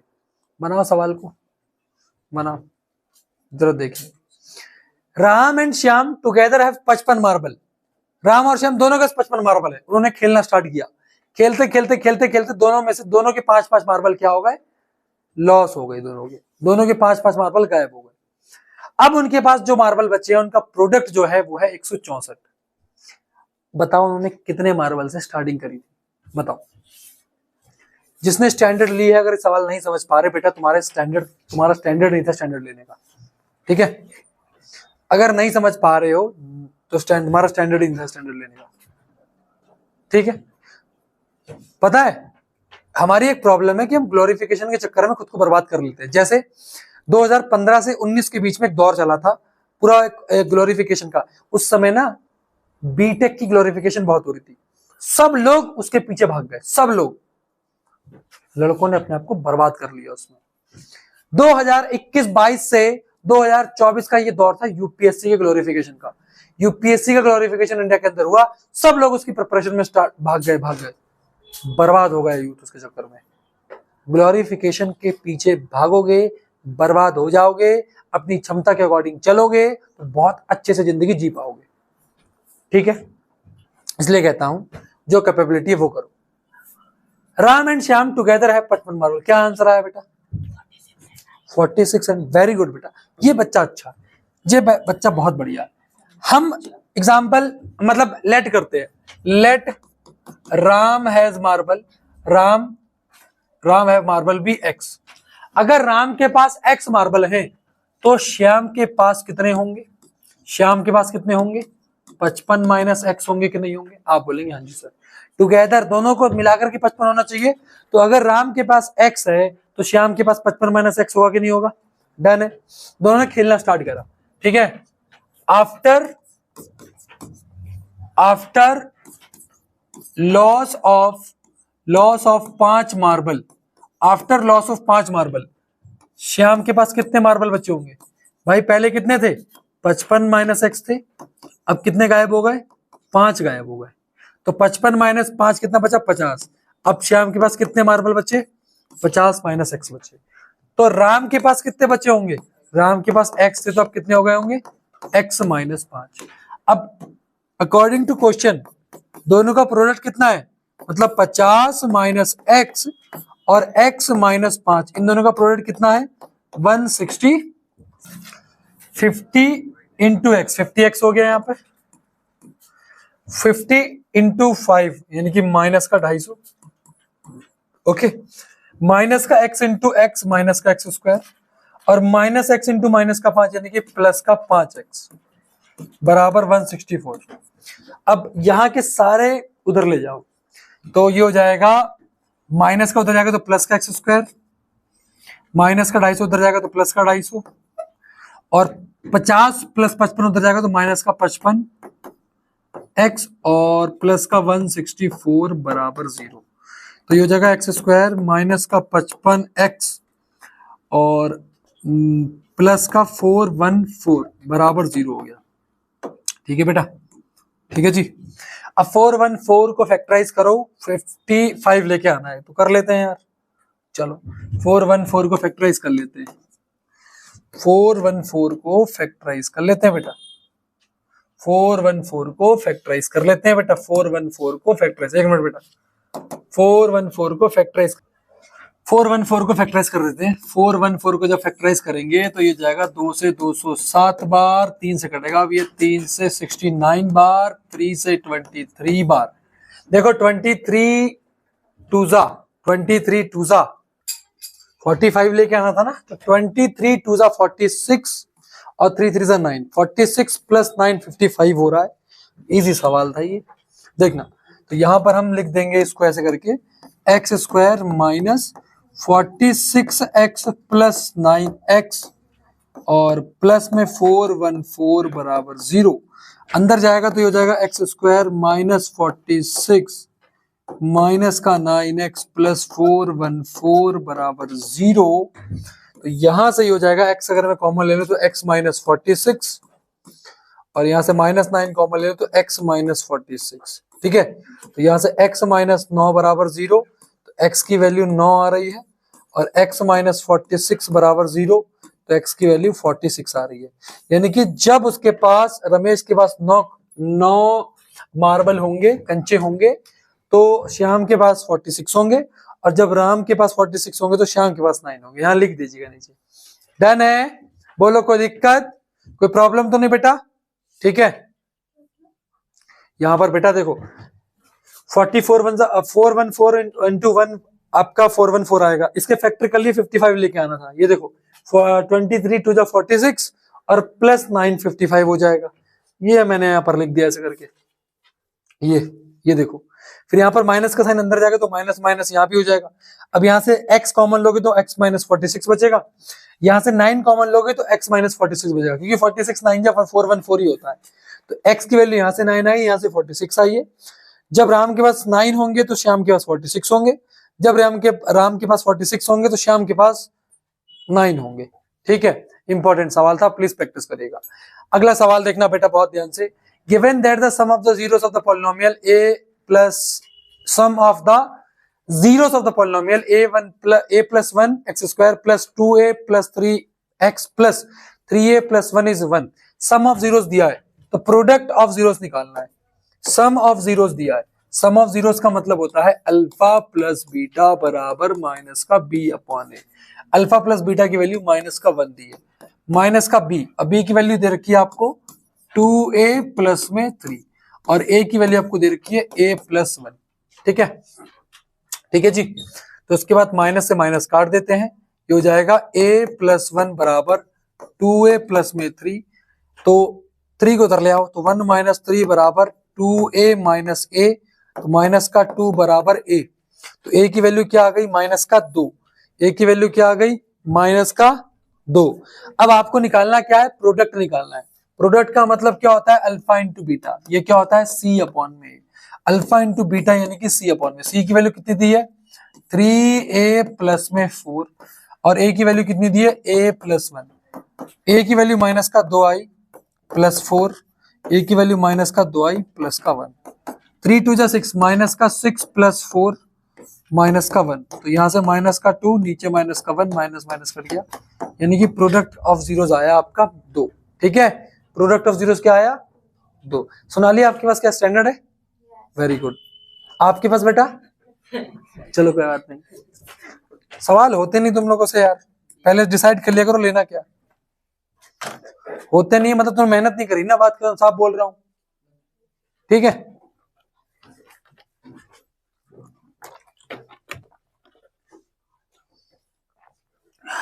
चलो आगे, if one of the zeros of the polynomial is reciprocal of other, सुनो, अगर alpha x है तो बीटा क्या होगा 1 अपॉन एक्स होगा, ये तो होता है रेसिप्रोकल, ये होता है। आपको के का वैल्यू निकालना है, के का वैल्यू कैसे निकाल पाओगे, प्रोडक्ट निकालो, प्रोडक्ट, यानी कि अल्फा इंटू बीटा क्या होगा सी अपॉन में, अल्फा की वैल्यू एक्स, बीटा की वैल्यू 1 अपॉन एक्स, सी का वैल्यू कितना दिया है यहाँ पर 6k, और बीटा ए की वैल्यू कितनी दी है यहाँ पर के square plus 8, x x cut गया, ये हो गया 1, 1 बराबर 6k अपॉन के स्क्वायर प्लस 8, क्रॉस मल्टीप्लाई कर दो, क्रॉस मल्टीप्लाई, तो के स्क्वायर प्लस 8 बराबर 6k, तो k माइनस का 6k प्लस का 8 बराबर 0, 8 1 जा 8, माइनस का 6 लेके आना है, तो ये हो जाएगा के स्क्वायर माइनस का 4k माइनस का 2k प्लस का 8 बराबर 0, k कॉमन लूंगा तो k माइनस 4 बचेगा, माइनस का 2 कॉमन लूंगा तो k माइनस 4 बचेगा। ठीक है जी, तो यहां से k की वैल्यू 4 और k की वैल्यू 2, 4,2 आ जाएगी, 4,2 आएगी, यानी कि ऑप्शन नंबर है। ऐसे सवालों में पूरा का पूरा सोल्यूशन करना पड़ेगा, कोई दूसरा और रास्ता नहीं है। डन है, डन है, कोई दिक्कत, क्लियर है बेटा, पक्की बात है, प्लीज बेटा समझ में आता है कि नहीं, दिमाग लगाना पड़ेगा बेटा, तेज करना पड़ेगा। ये क्वेश्चन कह रहा है कि एक जीरो दूसरे का रेसिप्रोकल है, अल्फा अगर एक्स है तो बीटा 1 अपॉन एक्स हो जाएगा, रेसिप्रोकल मतलब जस्ट उल्टा ही तो होता है, अगर अल्फा एक्स है तो बीटा 1 अपॉन एक्स हो जाएगा। अब आपको के की वैल्यू निकालनी है, के कहां पर है, कांस्टेंट की जगह पर तो आ रहा है, तो यहां हम कर सकते हैं कि अल्फा इंटू बीटा सी अपॉन ए हो जाएगा, तो यहां पर अल्फा इंटू बीटा सी अपॉन ए, अल्फा और बीटा की वैल्यू पुट कर दी, यहां से 1 आ गया, सी की वैल्यू 6k थी, ए की वैल्यू के स्क्वायर प्लस 8 थी, जो एक्स स्क्वायर के साथ होता है वो ए होता है, जो एक्स के साथ होता है वो बी होता है। ठीक है, समझ में आया मंत्र पीछे, यस सर, डन है बच्चों, आप लोग को समझ में आ रहा है। यस सर, अगला सवाल स्टैंडर्ड के लिए, चलो स्टैंडर्ड में 5 मार्क्स में सवाल दिखेगा ये, इन दोनों की प्रोडक्ट निकालो, इन दोनों की प्रोडक्ट क्या होगा, x plus 4 x minus 7, x की यहां मल्टीप्लाई कर दो x माइनस 7 और x की यहां मल्टीप्लाई कर दो, देखो यहां जब मल्टीप्लाई करोगे तो ये माइनस का x माइनस का 4 हो जाएगा, बराबर 11/30, x x कट गया आपस में, माइनस का 7 माइनस का 4 माइनस का 11, नीचे क्या हो गया x प्लस 4, अच्छा नीचे भी मल्टीप्लाई कर लेते हैं, काम करते हैं नीचे भी मल्टीप्लाई कर लेते हैं, x into x x square, x into minus का 7x, 4 इंटू एक्स प्लस का 4x और 4 इंटू 7 यानी कि माइनस का 28 बराबर 11/30, इस 11 से इस 11 को काट दो, यहां बचा माइनस का 1, माइनस का 1 यहां बचा यानी कि माइनस का 30 हो गया, बराबर एक्स स्क्वायर माइनस का 7 माइनस प्लस का 4 यानी कि माइनस का 3x माइनस का 28, एक काम करते हैं 30 को उधर ले जाते हैं, तो एक्स स्क्वायर माइनस का 3x माइनस का 28 प्लस का 30 बराबर 0, तो एक्स स्क्वायर माइनस का 3x प्लस का 2 बराबर 0, प्लस का 2 है, माइनस का 3 लेकर आना है। आप इसको क्वाड्रेटिक लगा दो या मिडल टर्म लगा दो, क्वाड्रेटिक लगा दो या मिडल टर्म लगा दो, और कमेंट में आंसर बता दो।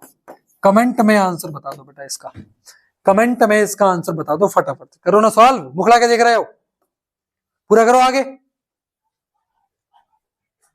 1 और 1 और 2. वेरी गुड बेटा। आराध्या बेटा आपका आ गया, Yes. चलो करो, आगे करो बेटा।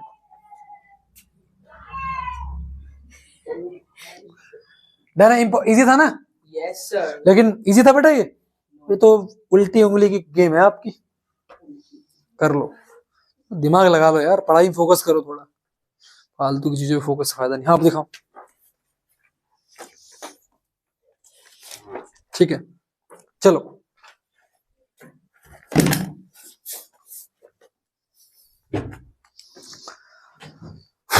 चलो डन है, कितना आ रहा आंसर? एक और 2, तो एक्स की वैल्यू आ रही है 1 और 2, ठीक है, ये आएगा बेटा आंसर इसका। डन है क्या? चलो अगला सवाल जो करेगा उसको मैं एक खिलाऊंगा।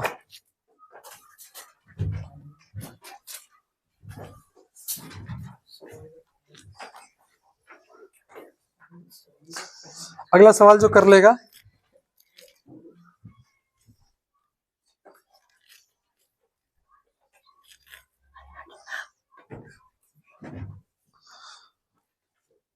उसको 11th की फिजिक्स फ्री। चलो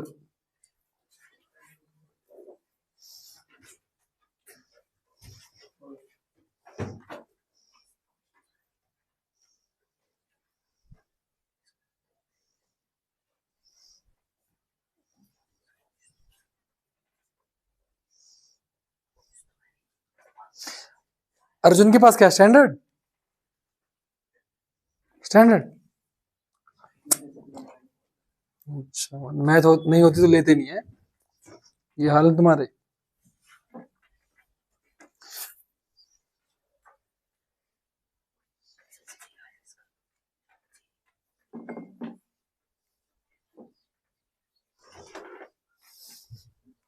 पहले क्वेश्चन करो, पहले question.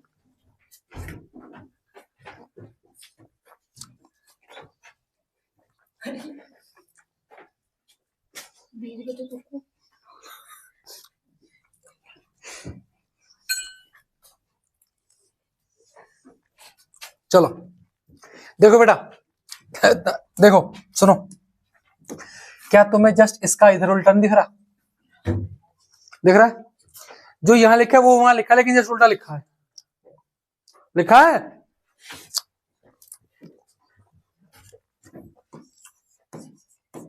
To x plus 3 upon x minus 3 को अगर मैं y लेट कर लूं तो x minus 3 upon 2x plus 3 क्या हो जाएगा?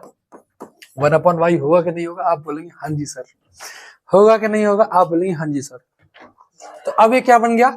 2y माइनस 25 अपॉन y बराबर 5 बन गया, बन गया। हराम बेटा सुन, ये x मान ले तो ये उल्टा तो लिखा है, अगर ये x है तो 1 अपॉन x होगा कि नहीं होगा? मैंने इसको y मान लिया पूरे को, तो इसका ये उल्टा है ये भाई। अरे यार मैं इजी कर रहा हूँ, सिंप्लीफाई कर रहा हूँ मेरे बच्चे, सिंप्लीफाई। ये 2 लिखा है, ये ब्रैकेट है, ब्रैकेट के अंदर की चीज को मैंने y लेट कर लिया। साइन चेंज नहीं होंगे। अरे भाई इसको कुछ मत कर, यहाँ तो है नहीं, ये अलग, यहाँ से आगे का सवाल है ना ये तो। Okay sir. तो ये तो सोल्यूशन निकालना है। अगर ये y है तो 1 अपॉन y हो गया। यस 2y यहां पर y लिख दे, माइनस 25 और इसकी जगह पे क्या आ जाएगा? 1 अपॉन y हो जाएगा, तो 25 अपॉन y बराबर 5, ठीक है। अब देखो y इंटू वाई क्या हो जाएगा? 2y square, 2y square minus 25 upon में y बराबर 5, ठीक है। ये y वहां चला जाएगा, तो इसको मैं क्या लिख सकता हूं यहां पर? बराबर 5y, बराबर 5y। तो ये हो जाएगा 2y स्क्वायर माइनस का 5y माइनस का 25 बराबर 0। देखो क्वाड्रेटिक बन गई। अब कर लो सॉल्व।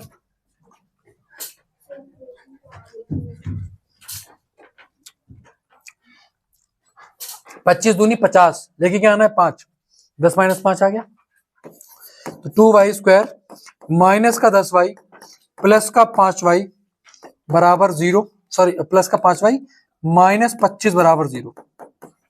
तो अगर मैं यहां से 2y कॉमन ले तो यहां से क्या बचेगा, y माइनस 5 बचेगा, और अगर मैं यहां से 5 कॉमन ले तो y माइनस 5 बचेगा बराबर 0। y की वैल्यू एक आएगी 5 और दूसरी y की वैल्यू आएगी माइनस का 5/2, ये तो आएगी।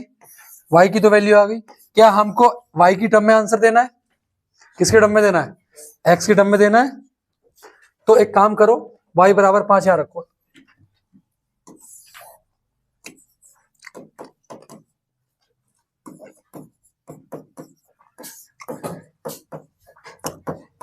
ठीक है। तो ये हो जाएगा 2x plus 3, 5 into x 5x minus 15, 2x minus 5x minus का 15 माइनस का 3, तो 2x माइनस 5 यानी माइनस का 3x माइनस का 18, माइनस से माइनस कट गया, x की वैल्यू क्या आ गई 6, यानी कि एक वैल्यू आएगी 6। दूसरी कैसे निकालोगे, माइनस का 5/2 रख दो, एक बार यहां पर 5 रख दो, दूसरी निकाल ली तो दूसरी रख दो, ठीक है, इसी में रख देना केवल। क्या तुम्हें ये क्वेश्चन मैंने इजी कर दिया?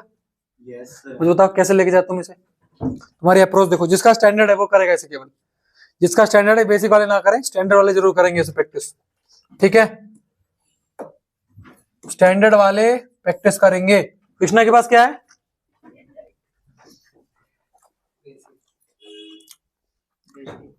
महर्षि में बेसिक है, अच्छा आप ये बता रहे हो कि मैं बेसिक वाला ही हूँ, मतलब मैं स्टैंडर्ड झेल नहीं सकता, ठीक है कोई बात नहीं बेटा।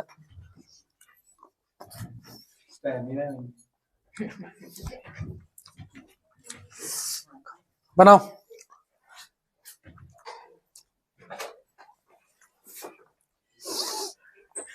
Find the zeros of the polynomial 4√3x² plus 5x minus 2√3।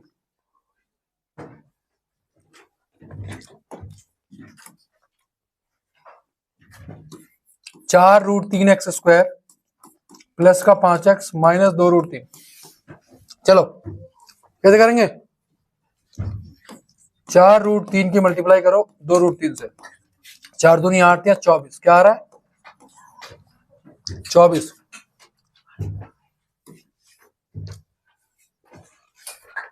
ठीक है, एक मिनट बेटा,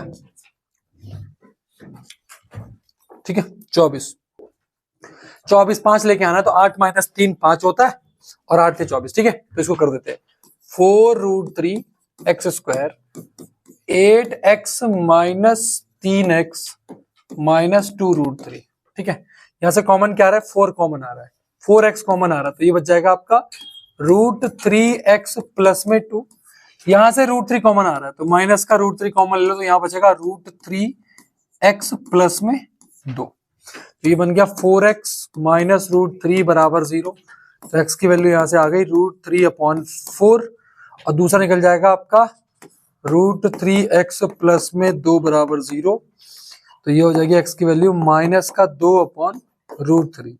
रिलेशनशिप को बना देना, हाँ ठीक है जी, ये अल्फा हो गया, ये बीटा हो गया, रिलेशनशिप को एस्टेब्लिश कर ले बेटा आप इसे, ठीक है, रिलेशनशिप खुद करें, ठीक है बेटा, समझ में आई बात, ये डन है।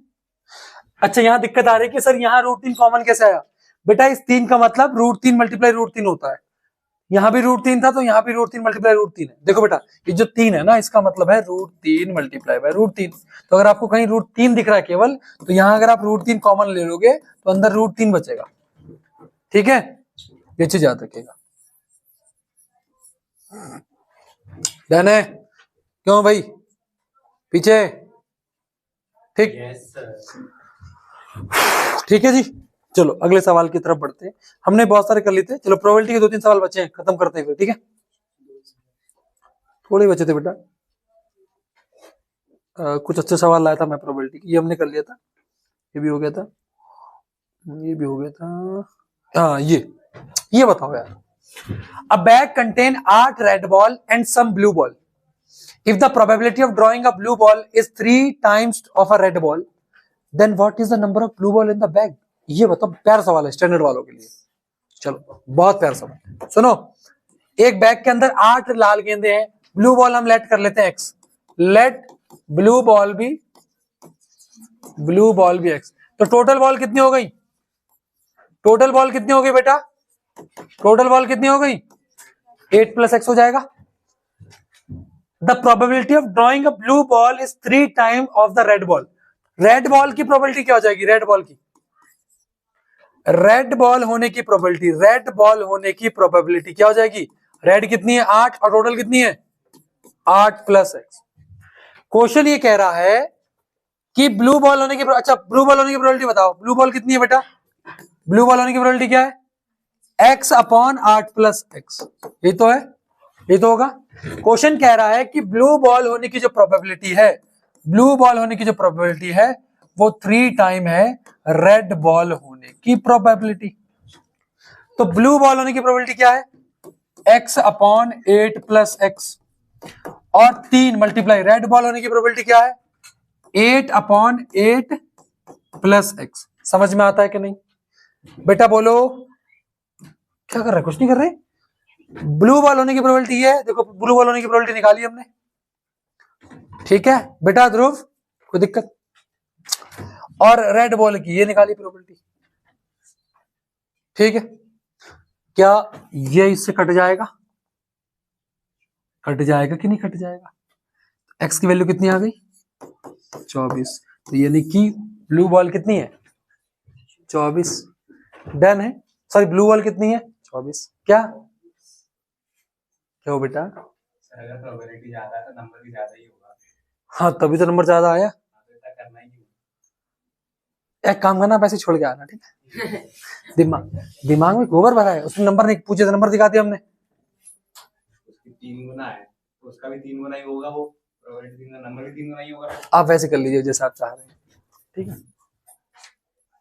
ठीक है, ठीक है जी। चलिए आगे बढ़े। कोई दिक्कत तो नहीं? No sir. कोई दिक्कत तो नहीं है यार? आंसर पक्का? ऐसे और सवाल है बेटा, ये तो हमने कल कर लिए थे। चलो, a bag contain 18 ball out of which x ball are red. तो हम यहाँ पे दे ही रखा है, if 1 ball is drawn at random from the bag then what is the probability that is red ball. Total ball कितनी है भाई? टोटल बॉल है 18, ठीक है। रेड बॉल कितनी है भाई? रेड बॉल है x, तो प्रोबेबिलिटी ऑफ रेड बॉल कितनी हो जाएगी? x upon 18। 2 more ball are put in the bag, तो टोटल बॉल कितनी हो जाएंगी अकॉर्डिंग टू क्वेश्चन ना? अकॉर्डिंग टू क्वेश्चन तो टोटल बॉल कितनी हो जाएंगी? 18 प्लस 2 यानी कि कितनी हो गई? 20। Then the probability of drawing a red ball. अब मुझे एक बात आओ,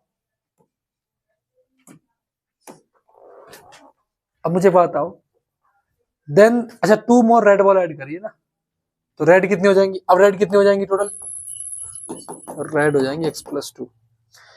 if then the probability of drawing a red ball will be 9 upon 8 times that of the probability of red ball coming in part 1। ठीक है, एक बात आओ, अब रेड बॉल की प्रोबेबिलिटी क्या हो जाएगी? अब क्या हो जाएगी?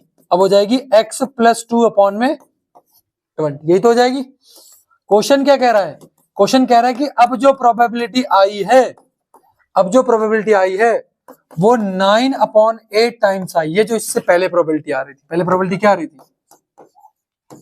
यही तो आ रही थी, समझ में आया? अब जो प्रोबेबिलिटी आई है वो 9 अपॉन 8 टाइम्स हो जाएगी जो पहले प्रोबेबिलिटी आई थी। तो यहां पर x की वैल्यू पूछी है इसने। समझ में आया सोनाली बेटा? देखो पहले पार्ट में प्रोबेबिलिटी क्या आई रेड की? x अपॉन 18 आई, x अपॉन 18 आई, 2 रेड बॉल और डाल दी। अब रेड बॉल कितनी हो गई? x प्लस 2 हो गई, और टोटल बॉल कितनी हो गई? 20 हो गई। तो इस बार रेड बॉल आने की प्रोबेबिलिटी क्या हो जाएगी? रेड बॉल ऊपर, टोटल नीचे, x प्लस 2 अपॉन 20। अब जो प्रोबेबिलिटी आई है, अब जो प्रोबेबिलिटी आई है वो पुरानी प्रोबेबिलिटी के 9 अपॉन 8 टाइम्स है। समझ में आया बेटा? ध्रुव डन है? पक्का ना?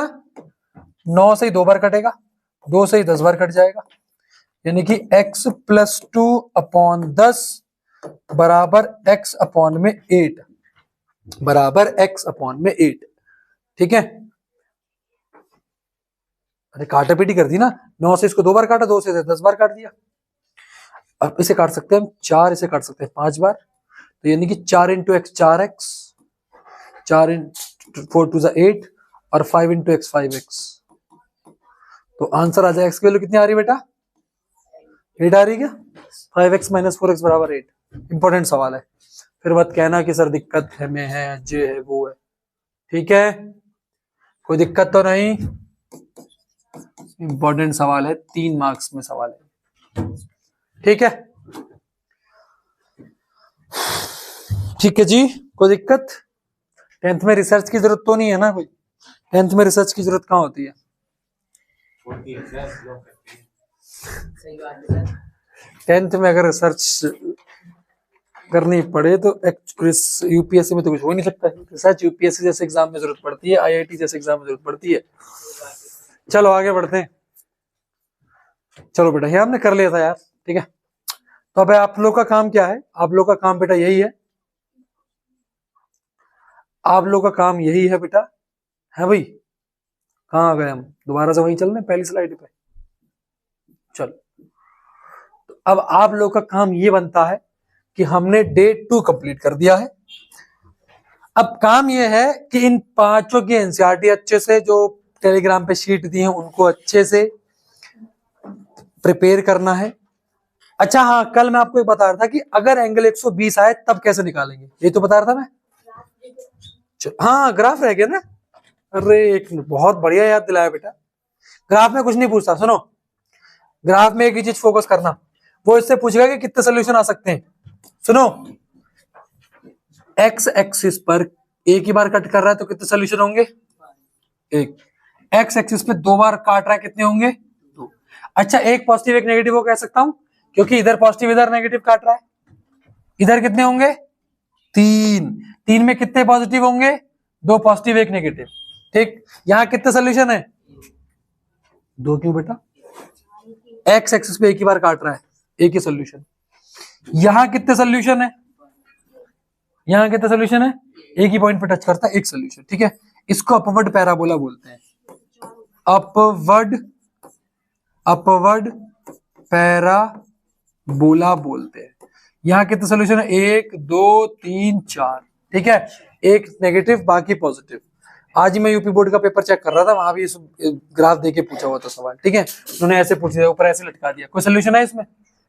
कोई सोल्यूशन नहीं है। ठीक है जी, समझ में आया? हाँ, वो आप लोग का जो डाउट था कि सर जब एंगल 120 होगा तब क्या करेंगे, जब एंगल आपका 120 होगा। ठीक है, वहीं लिख देता हूं मैं, वहीं चल करके। कहां गया? जब एंगल आपका 120 होगा तब क्या करेंगे? कहां गया भाई?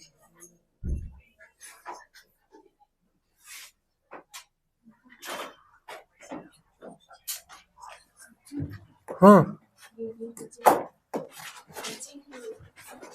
अच्छा इसे भी करना क्या? Length of minute hand is, देखो यार, रेडियस 21 आ गई, रेडियस 21 आ गई। Area swept by minute hand in 10 minute. देखो 60 मिनट में, 60 मिनट में कितना डिग्री घूमती है? 360। तो ठीक है, तो 1 मिनट में कितना डिग्री घूमती है भैया? 6 डिग्री घूमती है। तो 10 मिनट में कितना घूम जाएगी? 6 इंटू 10 यानी कि 60 डिग्री। निकाल दो बस, इतना एरिया, थीटा आ गया। डन है। लेकिन हाँ, जब एंगल आपका, बच्चा पूछा था सर जब एंगल आपका 120 डिग्री हो तब फॉर्मूला यूज होगा r square into sine theta by 2 into cos theta by 2, ये फॉर्मूला यूज होगा। ठीक है, r square sine theta by 2। यहाँ पर अगर 60 का दिया होगा तो 60 बाय 2 यानी कि 30 डिग्री हो जाएगा। 90 दिया होगा तो 90 का 2 यानी कि आप 90 बाय 2 यानी कि 45 डिग्री हो जाएगा। ये एंगल तब, मतलब ये वाला फॉर्मूला तब यूज करना है जब आपको एंगल कितना दिया हो? 120 दिया हो। डन है।